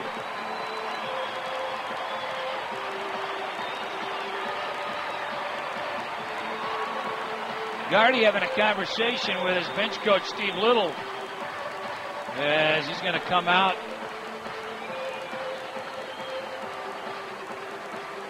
And Gardy looked like he indicated he was going to go to the left-hander. Phil Dumontre is going to come into the ballgame as he had started to loosen up. So Scott Baker's done here in the bottom of the 6th inning. Nice job by right-hander Scott Baker. We'll be back after this pitching change. Scoreboard update. Phil Dumontre coming on. 4th appearance for Phil in a Twins uniform. Not giving up a hit. He has given up 1 run, 2 walks. The batter will be the left-handed hitting Montero. Before he bats, let's pause 10 seconds. Stations to identify themselves. You're listening to Twins Baseball.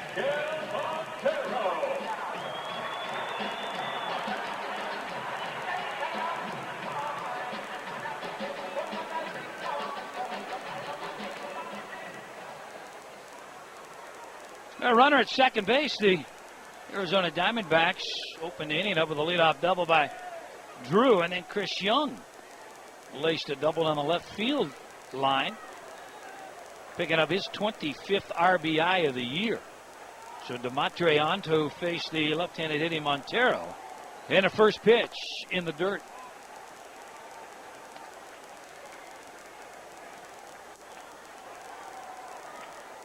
Dumontre started the season at AAA Rochester. through 15 and 2/3 of an inning down there. Allowed 10 hits and 11 walks. Swung on it, fouled into the Twins dugout. 1 ball, 1 strike. Well, Dumatre was one of a many group of left-handed pitchers that were battling for a spot in the Twins bullpen. And I think Dusty Hughes was the one that beat him out, and he went to Rochester, and here he is in the big leagues now. Check swing, foul ball. Did not mean to go around, but the ball found his bat. So ahead, 1 ball and 2 strikes. Juan Miranda due up next. Another left-handed hitter. So the managers looking at their scorecards right now. There's some bench players that they might use. Curveball, tap, foul. Just got a piece of it. Stays alive, 1 and 2. Well, we do have an answer to our U.S. Bank question of the day. Question again was, which Twin was the first in club history to hit a grand slam for his first career home run? Easy, it was Danny Valencia. Did it on July 26th of last year against Kansas City. They hit that into their bullpen. Josie Wilson was our U.S. Bank question of the day winner. They were the first ones to answer it correctly. U.S. Bank, all of us serving you. 1-2 pitches inside. And now 2 balls and 2 strikes.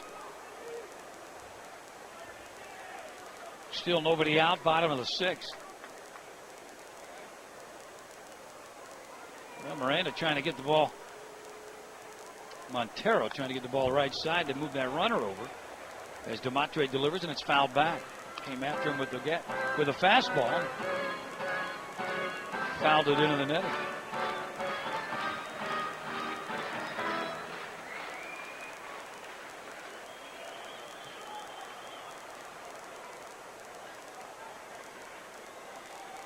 Two balls, 2 strikes, nobody out, runner at second. Dumatre checks the runner, and the pitch in the dirt, blocked nicely by Butera. And now it'll be a count of 3 balls and 2 strikes.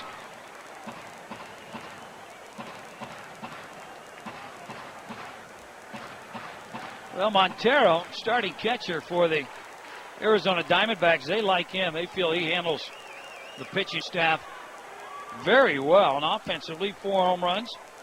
He's driven in 16 runs. 3 balls, 2 strikes. Curveball rolled over. It's going to move the runner to third base as Morneau picks it up. He'll underhand flip it to Dumatre covering first. So Montero does his job. And moving the runner over to third base, there's a first out. And it looks like Miranda's going to bat.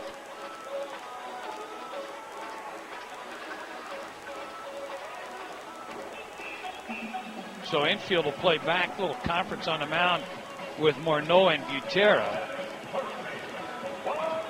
Now they should play back and concede the run. Go ahead and just be the 3rd run. The Twins do lead 4-2.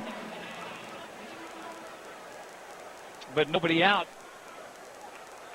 Miranda last time up hit a double, hit the ball high off the center field wall. And that tied the ball game up at the time 1-1. Dumatre the pitch outside and low. Dumatre, a lot of breaking balls to these left-handed hitters.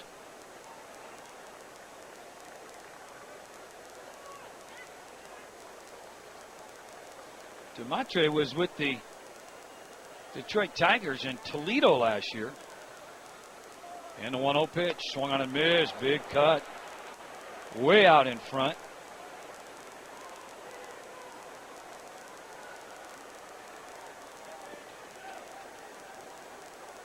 So that evens it up, 1 ball, 1 strike.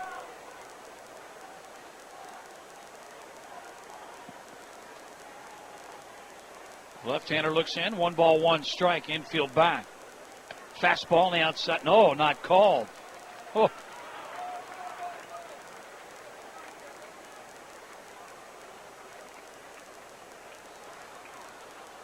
So a count of 2 balls and 1 strike. Dumatre thought he had the outside corner.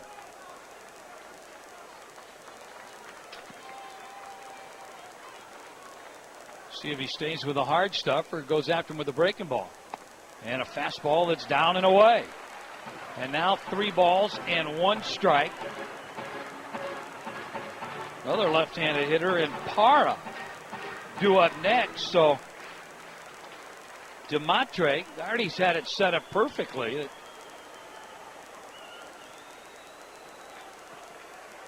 Demontre had a chance to face 3 left-handed hitters. Curveball high, and he walked him. 3 balls, 1 strike through the curveball. It does set up the ground ball double play for Parra. Left fielder Parra runs fairly well, though. And one thing about both managers right now, and that, you know, when you bring in the left-hander to face the left-handed hitters, you're thinking that maybe the other team's going to go to the right-handed hitters. They got Xavier Nady, who could have hit for Juan Miranda, who walked. Nady also plays first base. They got Willie Bloomquist, who played left field last night, can come off the bench and hit for the left-handed hitting Parra, who bats now. So a little cat and mouse. Gibby likes his left-handed hitters facing left-handed pitcher. Shows Button. It's down the third baseline. It's a good one. Demontre, no play. 4-3. Twins still have the lead, but they have first and second. Caught everybody by surprise with a perfect bunt down the third baseline. Picks up an RBI. Wow. That was not a squeeze play. Was not. As a matter of fact, Young at third base, he hesitated and then finally decided to go. I thought maybe Demontre might have a play on him, but the ball stopped. And when Demontre picked it up, Young spun it across. Well, now with the pitcher due up, now Kirk Gibson's going to go to Willie Bloomquist for the pitcher, and Gardy's going to pop out of the dugout, and now he's going to have to go to the right-hander Alex Burnett. We got action here at Chase Field. Twins lead 4-3. Scoreboard update next. You're listening to Twins Baseball. Right-hander Alex Burnett. He'll come on with first and second, 1 out. Kirk Gibson going to the right-handed Willie Bloomquist off the bench. Willie Bloomquist, boy, last night's ball game played left field and made one of the best catches we've seen so far this year. Off the bat at Denard Span in the third inning. Bloomquist had a base hit. He also walked last night, came around and scored in that 5-run 7th inning. He's going to bat here with first and second. Miranda the runner at second. Parra at first. First pitch on the outside corner for a strike. Burnett, no wins, 2 losses. This is his 13th appearance. ERA up there at 6.30. 10 innings, 13 hits. Has 9 walks and 6 strikeouts. Need a ground ball double play. Checks the runner at second. Long hesitation. And the pitch in there for a strike. Boy, armchair umpires barking at home plate umpire Jeff Nelson. Butera set up inside and had to reach back over to catch the ball, but it looked like he got the outside corner. So Bloomquist in the hole, no balls and 2 strikes. Kelly Johnson due up next. See if he spins one in the dirt. They're setting up inside. Here's a ground ball, slow roller to Valencia at third. He's going to barehand it, and in time to get Bloomquist. Oh, nice play by Danny Valencia. All he could do is barehand it. Threw it off balance and an on-target throw. No argument out of Eric Young, first base coach, or Bloomquist. Both runners advance. And now the batter will be Ryan Roberts.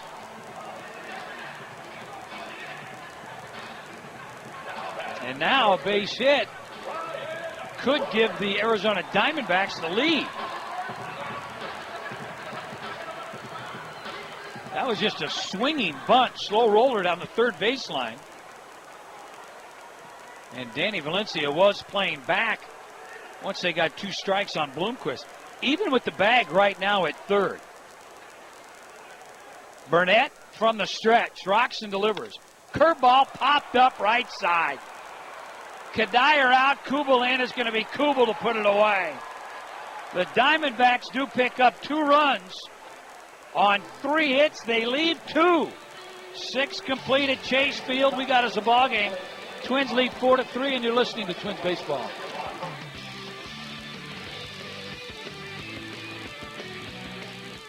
Hi, I'm Kay. Has had a very successful career. He's appeared in HBO. Baseball Network. Well, it's time for the Minnesota State Lottery 7th inning scratch. I know it's late. Get up off the couch. 833 Twins. Need to hit 0, followed by the pound sign. If you happen to be the 7th caller, you will win $50 in scratch tickets. The Minnesota State Lottery. Get in the game. Ben Revere will lead off in the pitcher's spot for the Minnesota Twins as we start the top of the 7th inning. Twins lead 4-3. For more play-by-play, here's John. You're right, Dazzle. We got a game going here tonight. I'll tell you, this is far from being over, as the relief pitchers are certainly going to play a big part. And speaking of relief pitchers, Esmerling Vasquez is now pitching for the Arizona Diamondbacks, facing Ben Revere. Revere had a pinch hit base hit in last night's game, and he looked at ball 1 ball and no strikes. The Twins are leading by a run, 4-3. And the hit, 7 for the Twins. Whoa, look out. Ben Revere. Well, he had to twist out of the way of that one. And it's 2 balls and no strikes. Mr. Vasquez doing a little head hunting on that pitch. Whew. Revere with a 207 batting average. No extra base hits. 6 for 29 in the 13 games. Vasquez, the right-hander, ready now. And here's the pitch. He misses inside, and he's 3-0 to Revere. Vasquez has appeared in 16 games. This is his 17th. 2.81 ERA. No wins and a loss. 16 innings, 11 hits. Opponents are hitting only 190 against him. Here's a strike, and it's 3-1. So Burnett is finished for the night. Burnett will face 2 batters and retired both. 2/3 of an inning and zeros across. 3-1 to Revere and a foul. This one is to the left and out of play.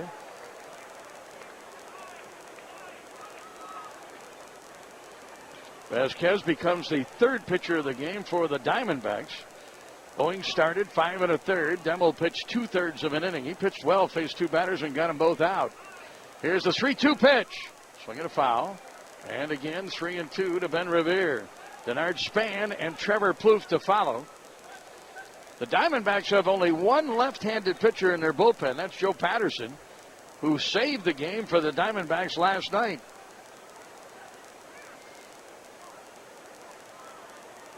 At the moment, there's no activity in the Diamondbacks bullpen, and the Twins have a right-hander warming up. Looks like Joe Nathan. Now the set by Vasquez, and here is the 3-2 to Ben Revere. Swing and a foul back. Ben with a good at-bat. This will be his 8th pitch. 4 runs, 7 hits Twins, 3 runs, 5 hits Diamondbacks. 1 error charged to the Diamondbacks. Their second baseman, Kelly Johnson, and the error led to a run for the Twins. Now the set by Vasquez, and here's the 3-2 pitch to Ben Revere. And it is just off the outside corner. Oh, boy.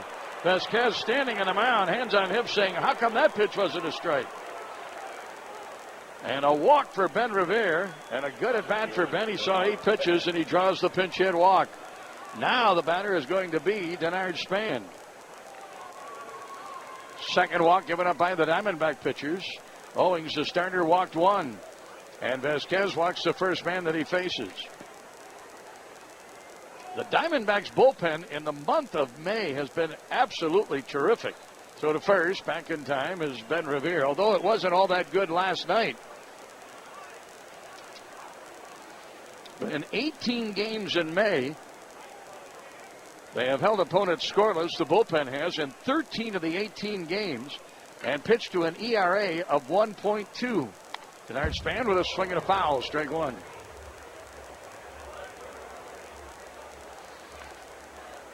Twins runs tonight. They got 1 in the 2nd and a Valencia homer. 1 in the 5th. Delman Young scored on the throwing here by Kelly Johnson coming in from second base. 2 in the 6th. Homer by Jason Kubel. And an RBI single by Danny Valencia. Diamondbacks going to run in the fourth, 2 in the sixth. They trail by 1. Here's the set now by Vasquez and a pitch. Ground ball, no, line drive, hit the second. It'll be a double play. Then Revere doubled off the first. A line drive to second baseman Kelly Johnson. Hit right at him. He didn't have to move. And he will be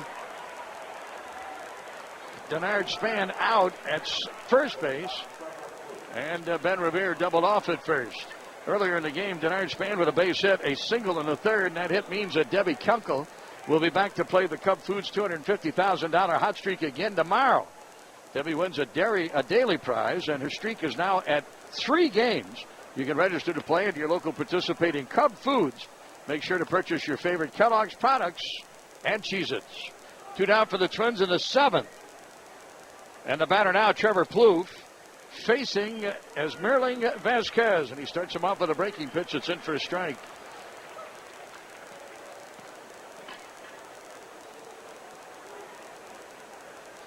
A line out double play retires the base runner Revere, and the batter Span.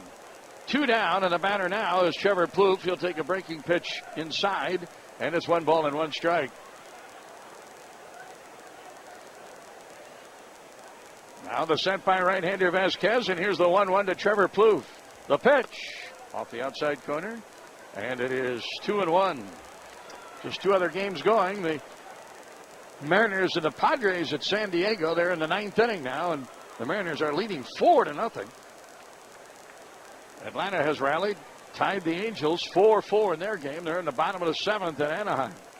Here it's 4-3. The Twins are leading. Plouffe with a foul past Scotty Olcher at the third base coaching box. And a 2-ball, 2-strike count to Trevor Plouffe.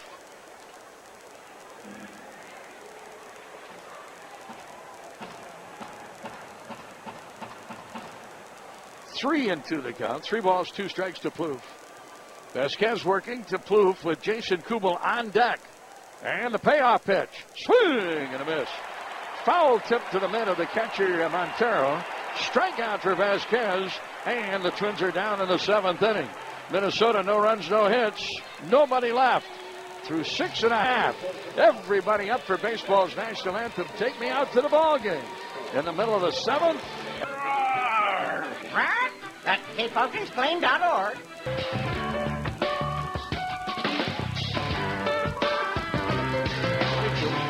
7th inning stretch tonight brought to you by Barrel of Fun and Rachel's, the official potato chips of the Minnesota Twins. Big League Taste, hometown values, KLM family brands in Perham, Minnesota.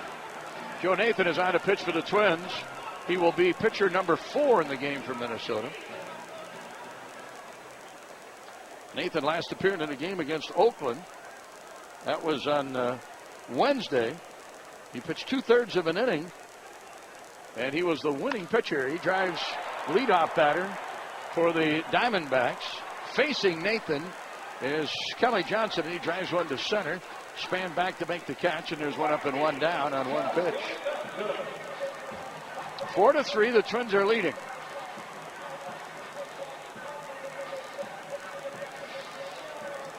Alex Burnett, 2/3 of an inning. Faced 2 batters, retired them both. Nice play by Valencia for 1 out. And a fly ball to right by Ryan Roberts for the 2nd out. Twins by a run as Justin Upton steps in to face Joe Nathan. And Nathan to the line, and here's the pitch.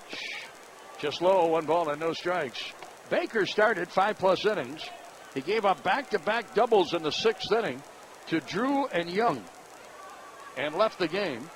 DeMatre faced 3 batters, and Burnett 2 batters, as the Diamondbacks batted 7 in that inning. Here's a high pop-up. Looks like it might be playable for Morneau.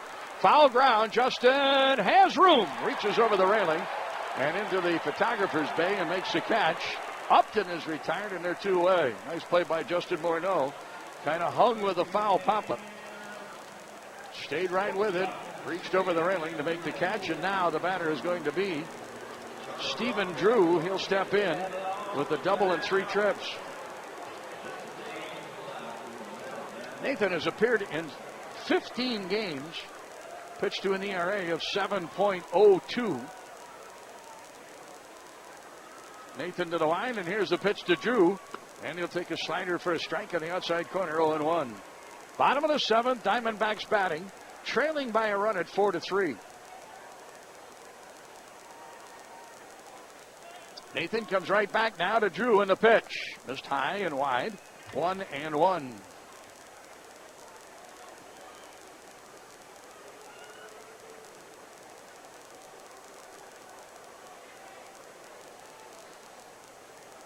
Nathan, 1 ball, 1 strike to Stephen Drew in the pitch. Low and away. 2 balls and 1 strike.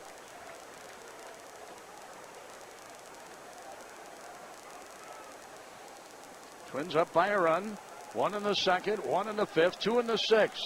Diamondbacks scored their runs. 1 in the 4th, 2 in the 6th. And the pitch. That's a strike. Slider across. 2-2 to count to Stephen Drew. 2-away, nobody on. Diamondbacks batting in the bottom half of the 7th inning. They've won 4 in a row, 6 of their last 7. 2 games under 500 at 21-23. And a pitch. Swing and a miss. Ball gets away from Butera, but he quickly picks it up, throws on to first. And a nice 1-2-3 inning for Joe Nathan. Boy, he had a nasty slider. Down low and in the dirt. Drew went for it. That'll be just the 3rd time that the Diamondbacks have gone down in order. And that'll do it for Arizona as they're out here in the bottom half of the 7th inning. Now through 7, the Twins are leading 4-3 on your home for Twins baseball.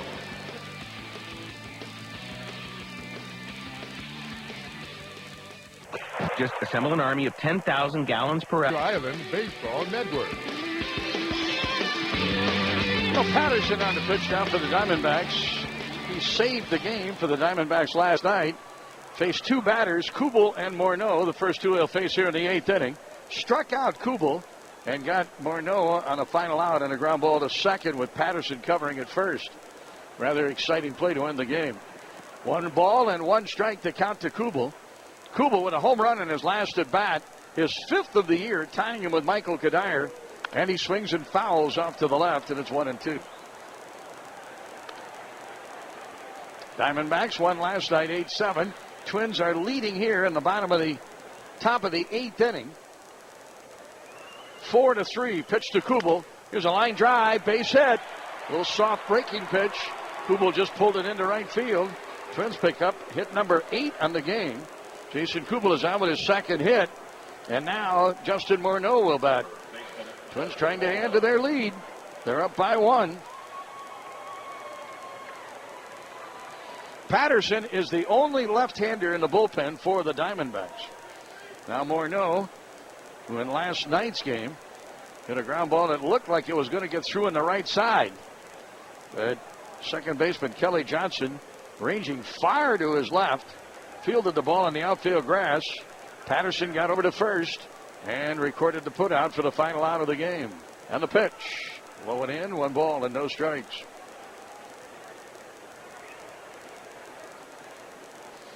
Twins have Glenn Perkins warming in the bullpen. Nathan had a perfect 1-2-3 inning for the Twins in the bottom half of the 7th inning. Now the set by left-hander Patterson, and here's a line drive. 1 hop to second, out at second base, relay to first, not in time. Soft liner. Johnson had to wait for it to play it off the dirt. Just kind of kicked up to his glove and flipped over to second. Kubel, of course, had to wait and see whether or not it was going to drop or it was going to be caught. And it did drop, but he's out on the 4-6. And now Kadire will bat. Gibson is coming out. He had a right-hander in the bullpen, and more than likely he's going to go there. So a fielder's choice. Aaron Heilman is going to be called out of the bullpen as Gibson asks for the baseball.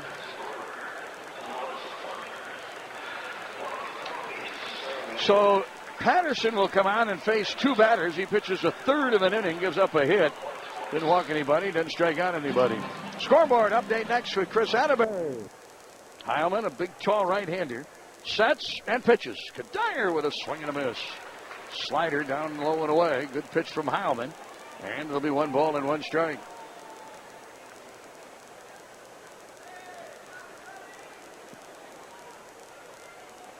Morneau with the lead at first. He's being held by Miranda. Here's the set now by Heilman, and the 1-1 pitch. Kadire with a check swing. He went around. Slider again. And it'll be 1-2 to Michael Kadire. Danny Valencia is on deck.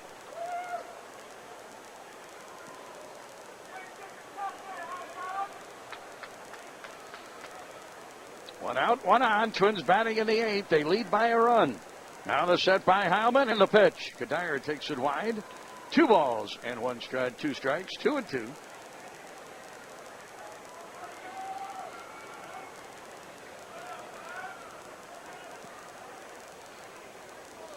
Big crowd here tonight, nearly 40,000. Last night they had 27,000. Here's the set by Heilman, 2-2, and a foul to Scotty Olger at the third base coaching box. A boot by Scotty.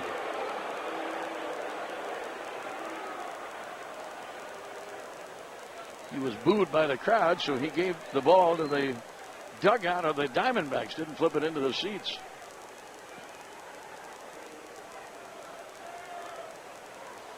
Kadire still in there. 2 balls and 2 strikes. Set by Heilman. Checks Morneau, and here's the pitch. Ground ball out towards short. They got one play here, and it's booted by Drew. Everybody's going to reach. I'm not too sure they would have gotten Kadire in the first place. Just a slow roller that Drew charged in. He tried to play with his glove rather than his bare hand. And they're going to charge an error to the shortstop, Drew, the first error of the game for the Diamondbacks. Diamondbacks played airless ball last night, as did the Twins. It's the second error of the game for the Diamondbacks. They're 9th in the National League in fielding. So Kadire will reach on the air. 2 are on, and a chance for the Twins, who tonight are 1 for 6 with runners in scoring position, just as they were last night, to try to add to their lead. And Valencia is having a good night. He is 2 for 3 with 2 runs batted in, as a home run, his 5th of the year, and an RBI single. Takes a pitch down low, 1 ball and no strikes. So now Kubel, Kadire, and Valencia are tied for the team lead in homers. They all have 5. Twins with 2 home runs tonight and 8 in their last 3 games. Heilman pitches with Morneau at second. Kadire at first, delivers a slider for a strike, and it's 1-1.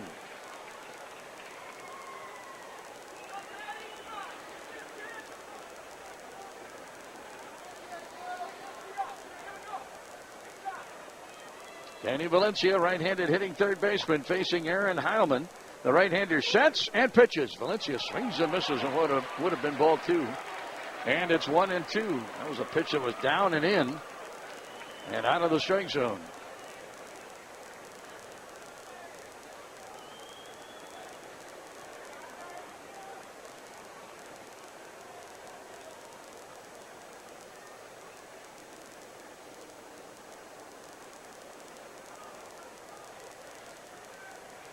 One and 2 the count. Valencia bats. Twins in the 8th.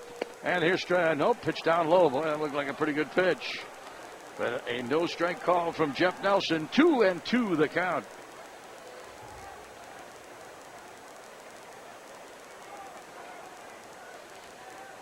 Morneau reached at a fielder's choice. And Kadire reaches on the air. Tries to the shortstop. Valencia bats. 2-2, and he drives one deep to left, but he pulls it foul. And it's out of play. Come on, Danny, straighten that one out, and the Twins would have a big lead. No question it was far enough. But it was way foul.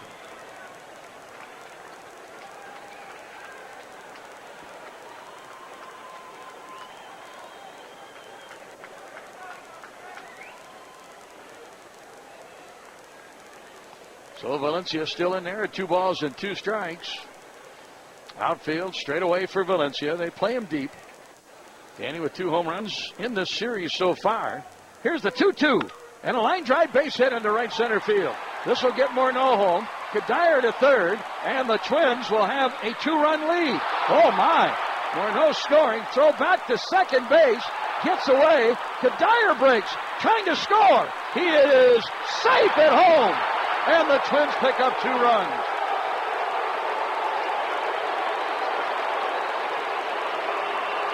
Justin Morneau came tumbling home as he rounded third base. The throw from right fielder Justin Upton got away from catcher Montero. The throw back to second to try to get Valencia, who was racing to second, got away from, I believe, shortstop Upton, or Drew. Drew came back trying to get Kadire at home. And when he picked up the ball and threw home, Kadire just got in and he tripped as he was sliding in over umpire Jeff Nelson. Here's Delman Young now. 2 runs are in and the Twins are leading 6-3. Hey, John, it looked like Kadire was going to put his shoulder down and make contact with the catcher, and at the last minute the catcher kind of bailed out. And that exposed the plate, and then Kadire went for the slide, and boy, almost got hurt. Boy, he did. But he did make it home on a very close play. And the Twins pick up 2 runs. Valencia will get an RBI on the scoring of Morneau. Kadire will come in, and as yet they've not posted an error on the play, so I don't know if there's an error or not. Here's Delman Young with a little pop-up on the left side of the infield. Third baseman Ryan Roberts calls for it and makes the catch. And Delman Young will be out number 2. So the Twins pick up a pair of runs. Danny Valencia with a base hit to right field.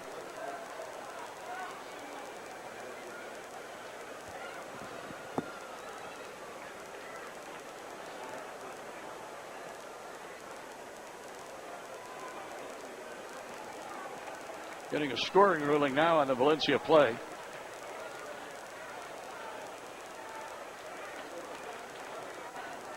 Well, the official score is really having a lot of trouble trying to figure out who the base runners are.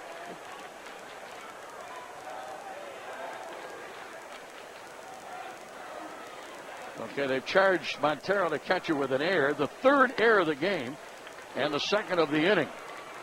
Was it the error on a throw? Yeah, because the pitcher threw the ball. Heilman threw the ball to second base, and he's going to be charged with the error. And that will allow Valencia to reach second base and Kadire to score. Here's Butera batting. Swing and a miss, and 2 strikes to count. I think that Valencia went to second on the throw to the plate. Kadire scored on the error by the pitcher. Oh, boy, they charged 2 errors on the play, so now 4 errors charged to the Diamondbacks. The right fielder, Upton, has also been charged with an error on his throw to home that got away from Montero. And then that throw then allowed Valencia to go to second? Yes. And then the throw from Heilman to second base allowed Kadire to soar. And when the ball was bobbled by the shortstop, Drew, here's Butera with a fly ball down the left field line. It's going to be foul.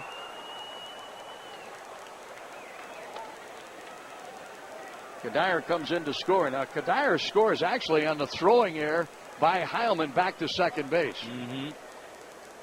And that'll get Kadire home. Michael will go from first to third on the base hit by Valencia.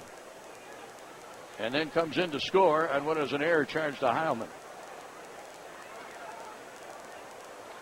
And Valencia will go to second base on an error charged to the right fielder. Here's a ground ball up the middle. Backhand stop made by Johnson. Throws on to first.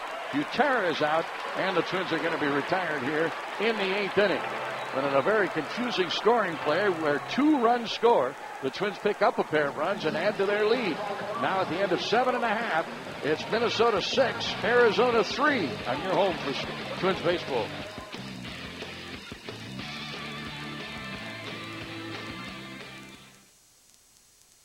Take-Com.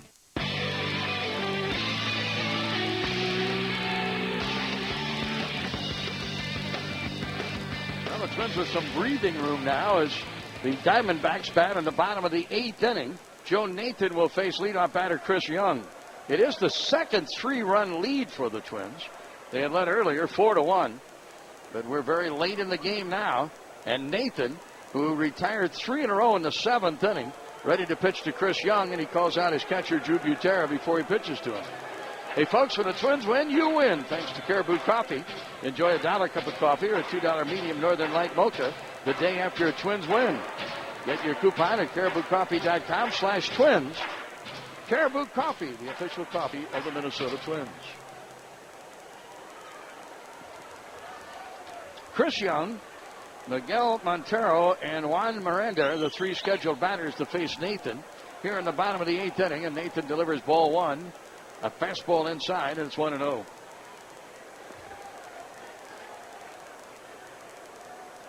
Right back is Nathan on the 1-ball pitch. Swinging a line drive, base hit into left field. That'll be hit number 6 in the game for the Arizona Diamondbacks. Young 2 for 2 in his last 2 at-bats. He had a double in his last at-bat. Now Ron Gardner is coming out. He might be making a pitching change here with the left-handed hitters, Montero, Miranda, and Parra all due up. Left-hander Glenn Perkins is going to be summoned out of the pen. Nathan will go 1 inning plus a batter, and he will leave, and Perkins is coming on. This Atterbury standing by with a scoreboard update. It's coming up next. You're listening to Twins Baseball. As the official sustain. Well, here's Glenn Perkins coming on. Glenn was in the game last night. He worked 2/3 of an inning, gave up a hit and a run, and walked a batter. ERA of 1.19 and 21 relief appearances. And Perkins, he is the 5th pitcher of the night for the Twins. And the batter is going to be Miguel Montero, left-handed hitting catcher who is 0 for 2 in tonight's game. Perkins pitches, and it's down low and in the dirt. Gets away from Butera, but he quickly retrieves it. And Young, the base runner at first, holds. 6-3, the Twins are leading. They've out-hit the Diamondbacks 9-6.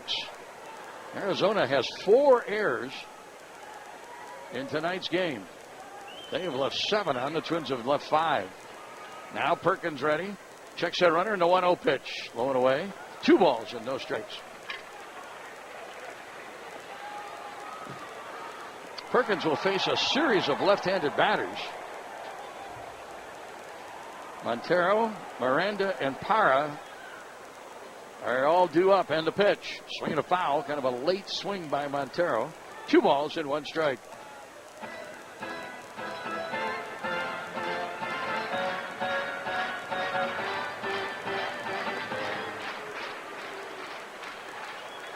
Leadoff single by Chris Young. He's at first base.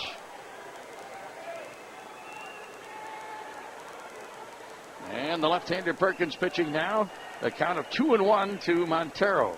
And the pitch. Just off the outside corner. 3 balls and 1 strike.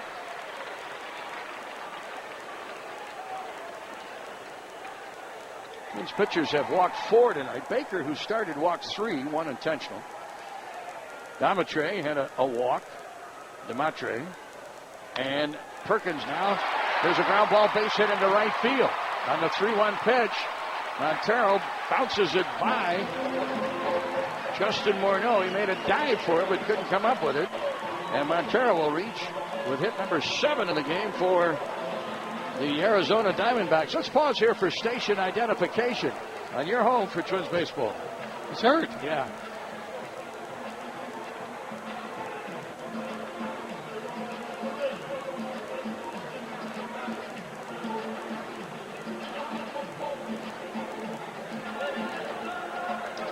Well, Ron Gardner is out with Dave Prumer. One of the Twins trainers checking on Glenn Perkins. What happened, Danny? He's going to leave the game. Yeah, he is. He grabbed his right side, and I can only speculate that it's the oblique. Wow. On the pitch with the 3-ball, 1 strike count. Now the Twins are going to go to Matt Capps to come on the pitch. And he's the last in the bullpen, is he not? No, I don't think Slowy's ready, is he? It's Swarzak. Swarzak, you're right. He's still out there. So Swarzak and Capps, and now Capps is in the game. So Perkins will leave, facing 1 batter and giving up a hit. We'll have a scoreboard update with Chris from our TRN studios. You're listening to Twins Baseball. You like real... Yeah, I tell you. We'll get a report, I'm sure, soon from Dave Prumer, but it does appear that Glenn Perkins has an oblique injury that forced him out of the game. John, I watched the pitch, and he threw the pitch, and he threw it, watched the base hit, go to right field, and then he knew he had to go back up third base area, and he took a couple steps over that way, and then he stopped.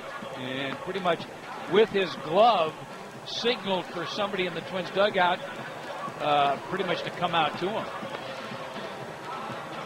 Well, Matt Capps comes on.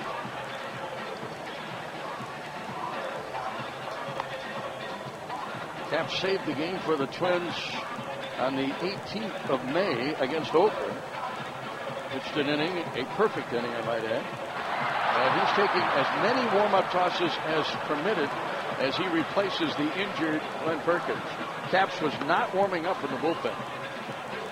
Ron Gardenhire's strategy was to have Perkins face the 3 left-handed batters. Now Capps will face the left-handed hitting Miranda with runners at first and second. Nobody out here in the bottom of the 8th inning.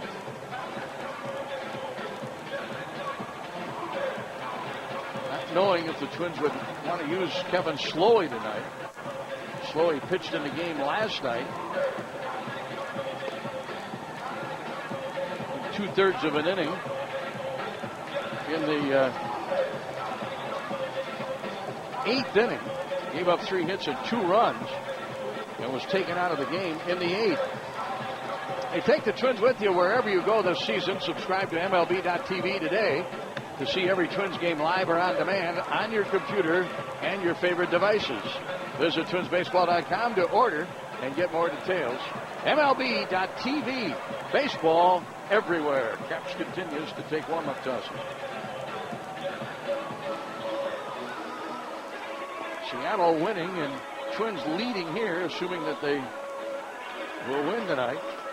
And if the Angels can score in the bottom of the 9th inning and win, the American League will have a plus day in interleague play against the National League teams. Right now it's 6 for the National League and 6 for the American League. Last night the National League won 9 of the 14 games. Capps is ready and he will face the left-handed hitting Juan Miranda, the first baseman, who has an RBI double, a walk, and a strikeout, and is 1 for 2.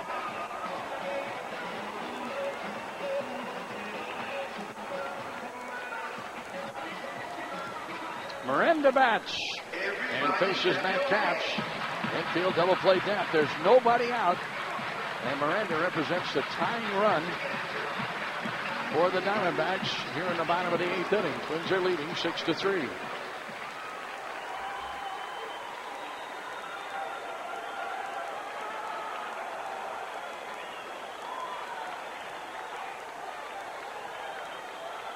Here's Miranda stepping in and ready to face Capps.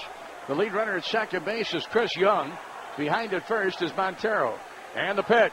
Swing and a miss. Strike 1. 93-mile-an-hour fastball from Matt Capps.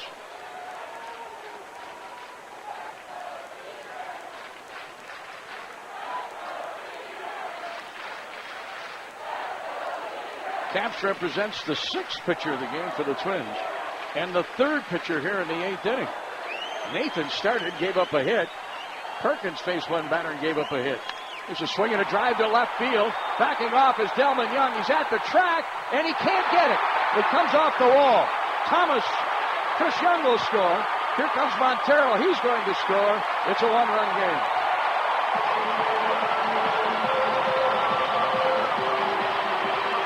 Delman Young was back at the wall. But the ball went over his head. Nearly a home run by Miranda. Boy, it looked like Delman had a chance to catch that ball. Watching on the replay, and it just eluded him. Chris Young scores easily from second base. And now the Diamondbacks are right back in the game. They trail by 1. Miranda gets his second double and his second and 3rd runs batted in. And now here is Gerardo Parra to bat. Geraldo Parra. He steps in. There's still nobody out. And the tying run at second base for the Diamondbacks here. And the bunt popped up over the head of Danny Valencia. Parra will reach at first base. Oh my.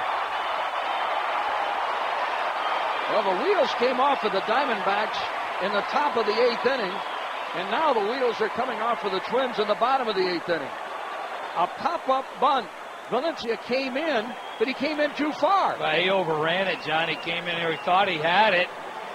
Boy, that just missed playing a little pop-up right there. And like you said, John, the fly ball to Delman Young, it looked like he got back there. He shied away from the wall, and that ball really didn't hit too high up on the wall. And you knew it was a bunt, but just it was an aggressive play by Danny Valencia and just overcharging it. Well, this is a situation here. Parr's going to get a base hit out of that. Yeah, he does. But here, with the pitcher bat, they're going to bunt. They're going to send a guy up that can bunt. And that's what you do here, John. Rather than have your pitcher bunt, send up somebody that can bunt on my dugout, and they're going to burn this Wilson kid. Yeah, Josh Wilson will step in. Runners at first and second, and nobody out, and Wilson is announced as the pinch hitter. He is batting for Aaron Heilman. Heilman will leave the game, pitching an inning, giving up a hit and a run. It was unearned. Didn't walk anybody, didn't strike out anybody. You can close the book on Nathan and Perkins. Nathan, an inning, a hit and a run. Perkins faced one batter, and he scored. Whoa! Caps with a pitch. And I believe a foul ball that ricocheted to Drew Butera. Butera went down, and it'll be a count of one strike. A pitch that was up and in, and Wilson couldn't get the bat out of the way in time, or perhaps he wanted to try to bunt that pitch. The ball deflected to the right groin of Drew Butera, and boy, he went down, but he's okay. The hits are now even at 9 apiece. That bunt base hit by Geraldo Parra is his third hit of the game. So here's Josh Wilson batting, an infielder, trying to get a bunt down to put runners at second and third in the bottom of the 8th inning. It's a one-run game, 6-5. The Twins are leading. And a count of one strike to Wilson. Now the set, he's bunting. And he drops it down right in front of home plate. Butera to third, and they get him. A nice play by Drew Butera, as the bunt was no more than 3 or 4 feet in front of home plate. Picked up by Butera, and he fired on to third, and they get the lead runner, Miranda, and he's out on a 2-5 scoring play. Fielder's choice in the first out.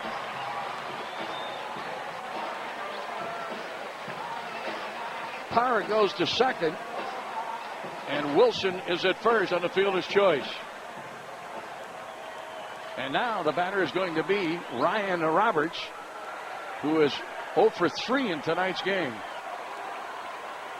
6-5, the Twins lead by a run. But the Diamondbacks are rallying here in the bottom of the 8th inning. 2 runs are in. Caps facing Roberts. And here's the first pitch to him. Swings and drives a base hit into left. On is Delman Young. They're going to hold up the runner. Schultz coming in. And back to third is the lead runner, Parra. Boy, he almost got trapped up third base. Good call by Matt Williams. That ball was in front of Delman Young, charging in. The Diamondbacks really didn't have a chance to score on that play. No, John, it was a line drive, one hop to Delman Young, and that's Matt Williams studying the outfielders. Know he has a good arm out there in Delman Young, but the bases are loaded, one out. Gardy's going to come out, and you've got the left-hander, Kelly Johnson. Options are here, John. You can squeeze bunt, safety squeeze bunt, all kinds of things that Kurt Gibson can do in this situation, especially when you got a guy like Kelly Johnson, just 189 average, John, scuffing a little bit. Nobody in the Twins bullpen right now. Caps has now given 3 hits here in the relief stint. Gardy started to leave the mound and then turned around and said a few more things. Umpire at second base, Bill Welke, came in there, and Gardy stopped talking. Didn't that happen to Don Mattingly one time? Yeah. He was having a conversation, started to leave the mound, and then came back and had another conversation. Therefore, he was forced to take the pitcher out. Second trip, right? Yes. Yeah. Oh, he left the dirt. Okay. Mattingly left the dirt. Yeah. Gardy did not leave the dirt of the mound. But now, here is Kelly Johnson batting. 1 out, bases loaded, bottom of the 8th inning. And Caps to Johnson. Ball 1. Caps has come on, giving up a double to Miranda that scored 2. Gave up a base hit on that bunt by Parra, and now the hit that he's just given up to Ryan Roberts. The 7th man to bat for the Diamondbacks here in the bottom of the 8th inning. The lead runner is Parra. Behind at second is Wilson, and the pitch. Ball 2. So Caps is now behind at 2 balls. You know, John, Caps has only thrown 8 pitches, and he's faced 4 batters.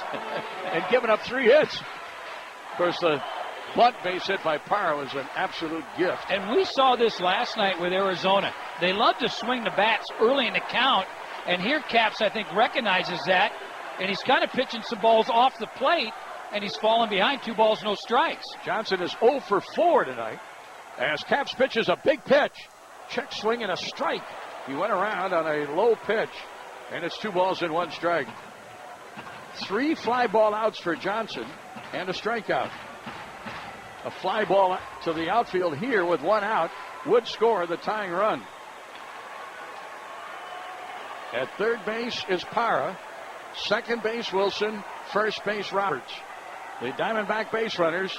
Here's the 2 ball, 1 strike pitch. Looks like, and he swings and drives it. Oh my! Grand slam home run. Can you believe that? Kelly Johnson unloads with a grand slam home run to the right field bleachers. No question about it. That ball left the bat, Denny, and it was gone. 4-run score. And it is now 9-6 Arizona. Wow. 2 balls, 1 strike. And Kelly Johnson unloads with his 5th home run of the year.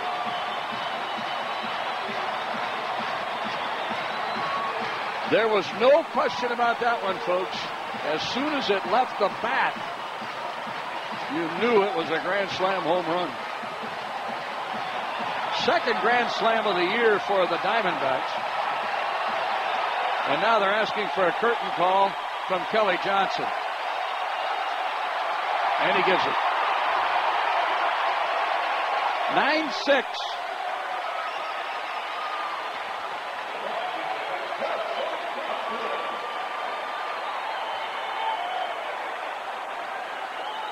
Parra from third. Wilson from second. Roberts from first. And Johnson from the plate. It was a high fly ball. This one off the bat of Justin Upton on the first pitch. Center fielder Denard Span waits to make the catch, and they're 2 away. 2 down for Arizona here in the 8th inning. I don't know when I've seen a ball get out as quickly as that one did. I mean to tell you, it left the park in a hurry.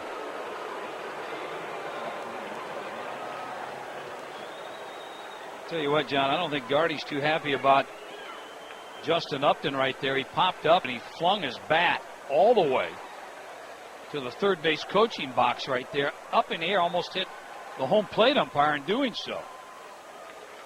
A pitch down and in to batter Stephen Drew. He's the 9th man to bat for the Diamondbacks here in the bottom of the 6 runs are in. And a pitch up high. 2 balls and no strikes. Diamondbacks batted around in last night's game in the 7th inning and scored 5 runs on 5 hits. They have 6 runs on 6 hits here in the 8th inning tonight. And the pitch. Swing and a miss by Drew. 2-1 the count. 2 away, nobody on. Kelly Johnson clears the bases with his grand slam home run and gives the Diamondbacks a 3-run lead at 9-6. And here's Cap's pitch. That's in there for a strike, and it's 2-2.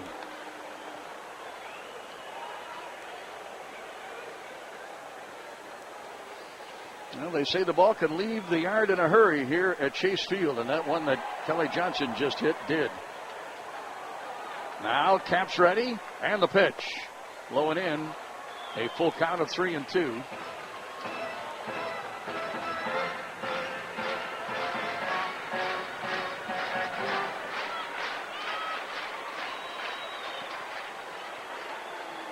9-6, Arizona leading. Caps and a payoff pitch, and here it is. Swinging a foul, backing out of play. It's just off the top of the netting. Chris Young, who started the inning, facing Joe Nathan, had a base hit to left field. Glenn Perkins was summoned out of the pen, and Gardy looked at the rest of the batters for the Diamondbacks. So the next three batters for the Diamondbacks, all left-handed hitters, and wanted Perkins to pitch to those three. Perkins lasted just one and left the game with an injury. Swing and a miss by Drew, and the Diamondbacks are finally retired here in the 8th inning. They bat around. 6 runs, 6 hits. Nobody left. To the score at the end of 8 now. The Diamondbacks lead by 3, 9-6, and you're home for Twins baseball.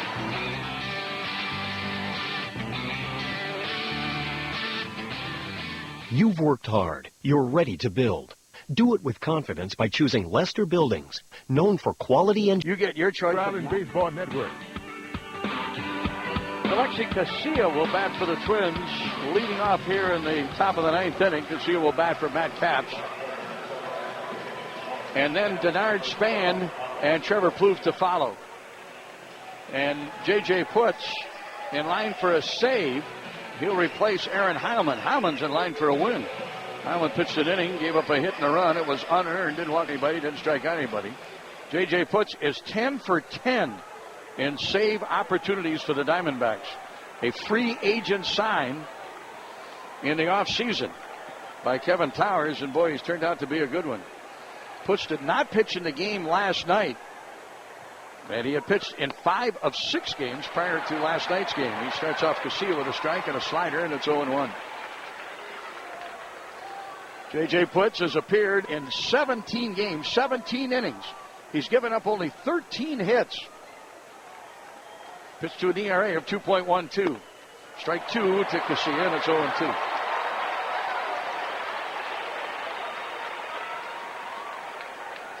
Casilla is the lone bench player who did not play in the game last night.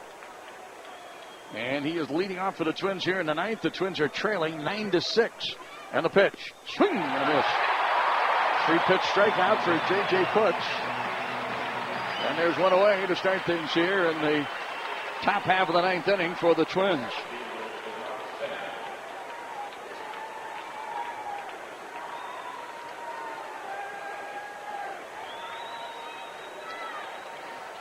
Right now the pitchers of record are Heilman, who was 2-0 coming into tonight's game, and Capps, who was 1-2 coming into tonight's game.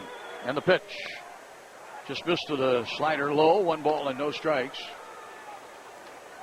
J.J. Putz at one time with the Seattle Mariners, boy, he was as nasty and as good a closer as there was in the game. He went to the White Sox, he went to the Mets, and now he's surfaced here with the Diamondbacks, and boy, he's doing a good job. Pitches high, 2-0.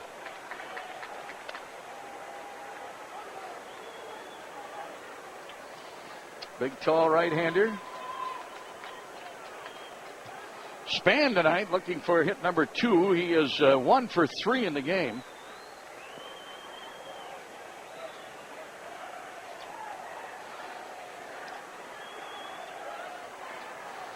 Here's the set by Putz and a pitch. A fastball for a strike. And it'll be 2 balls and 1 strike.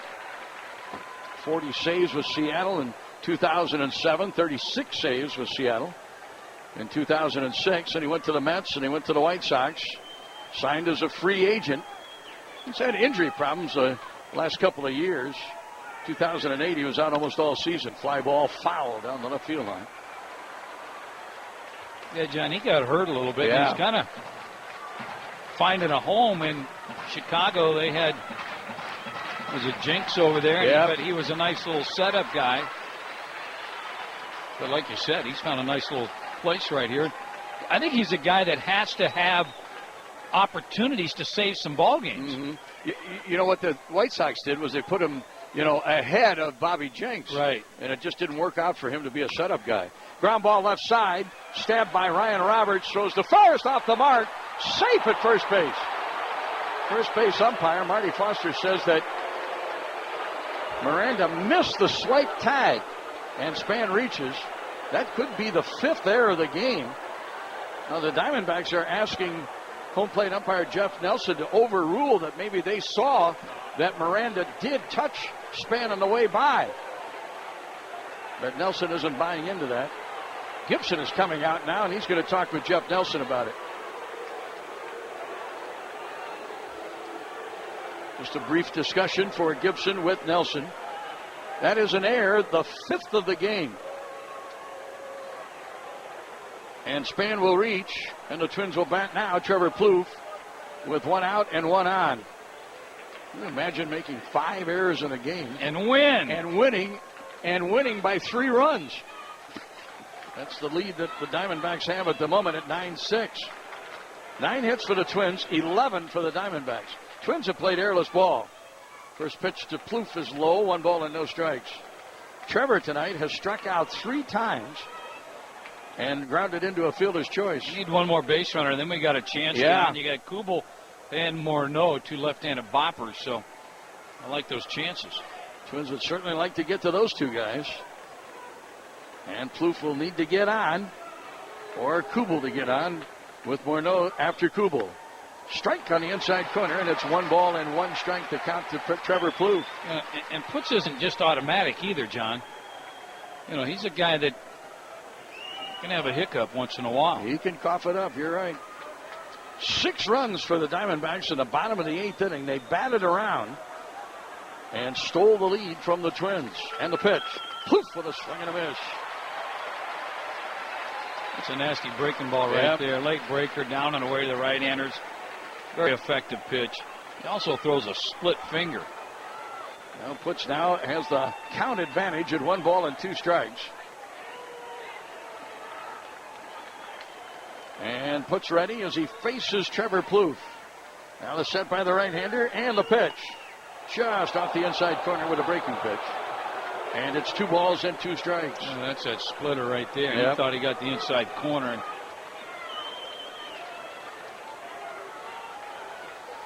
Outfield straight away for Trevor Plouffe. Span the base runner. He reached on an error. Charged to the third baseman. Now Putz ready as he faces Plouffe. 2-2 in the pitch. Little pop-up into right field. Coming on right fielder. Upton will make the catch. 2 down for the Twins here in the top of the 9th inning, and they're down to their last out. As Jason Kubel steps in. Morneau to the on-deck circle. Just 1 other game going, and that's the Angels and the Braves. 11th inning now. And a 4-4 tie in that game.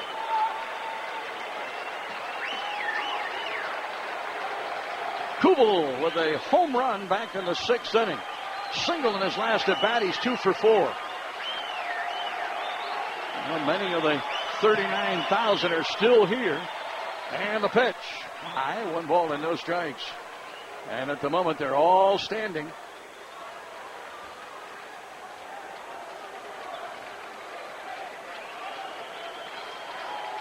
Want to know the count to Kubel.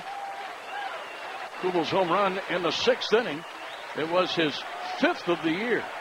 2nd of the game for the Twins. There goes Span. He's not being held. And the pitch is in for a strike, and it's 1-1. That'll be runner's indifference. Defensive indifference. Span at second base now. Kubel could get on. Perhaps with a base hit. Driving in Span. Morneau would be the tying run at the plate.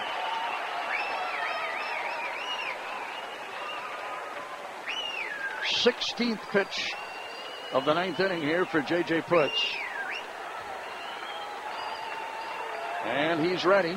Works from a set.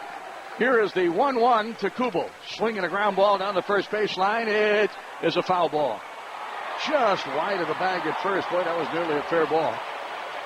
2 strikes now, and the Twins are down to their last strike. Hey, John, for some reason, that Miranda stayed back on that ball and let it. If he comes in front of the bag, he's got a chance to field it. And come up and have his momentum coming forward, field it in fair territory, and then tag out Kubel. Well, Kubel's still at the plate at 1-2. I have to change my scouting report on Miranda at first base. defensively. Remember at the beginning of the ballgame, I was saying he was a good defensive player. I'm going to go get my pencil, my eraser out. Now Putz with the 2-strike pitch. Swing and a miss, and the game is over. Splitter. Kubel swings and misses. A strikeout for Putz. And that'll do it. The Twins are defeated here, losing their second straight to the Arizona Diamondbacks. Kubel strikes out to end the Twins' ninth inning. Minnesota, no runs, no hits, 1 error, the 5th of the game for the Arizona Diamondbacks, and 1 man left on. Denard Span at second base. Final score, game 2 of the series. It is the Arizona Diamondbacks 9, the Minnesota Twins 6. Chris Atterbury standing by with an update on the download, the Twins postgame show, which follows our game broadcast, and it's coming up next. Chris. Hey, thank you, Chris. We'll look forward to the download, as it will come right after our game broadcast here. Time for our West Bend Silver Lining play of the night. The Twins actually had 2 3-run leads in this game. The first 3-run lead came for the Twins early, mid-game, and in the 5th inning, actually the 6th inning, Danny Valencia was batting with 1 out and 1 runner on for the Twins. It was Justin Morneau at second base. Kubel had opened the inning with a home run to give the Twins a 2-1 lead. And then the next batter, Morneau, reached Jason Kubel for the team lead. Valencia was 3 for 4 with 3 runs batted in. That is the Silver Lining play, brought to you by West Bend. The worst brings out our best. That's the Silver Lining. Twins didn't lock in any stolen bases tonight, but you can get locked in thanks to Quest. It's the new Quest 5-year price lock promise. 5 years, 1 price, no term commitment. Visit Quest.com. Quest.com/promise for details. No post-game interview tonight, but a reminder that Sports Authority is the official sporting goods retailer of the Minnesota Twins. We'll wrap it up from Chase Field here in Phoenix, Arizona, with the Diamondbacks winning by a final score of 9-6 on your home for Twins baseball.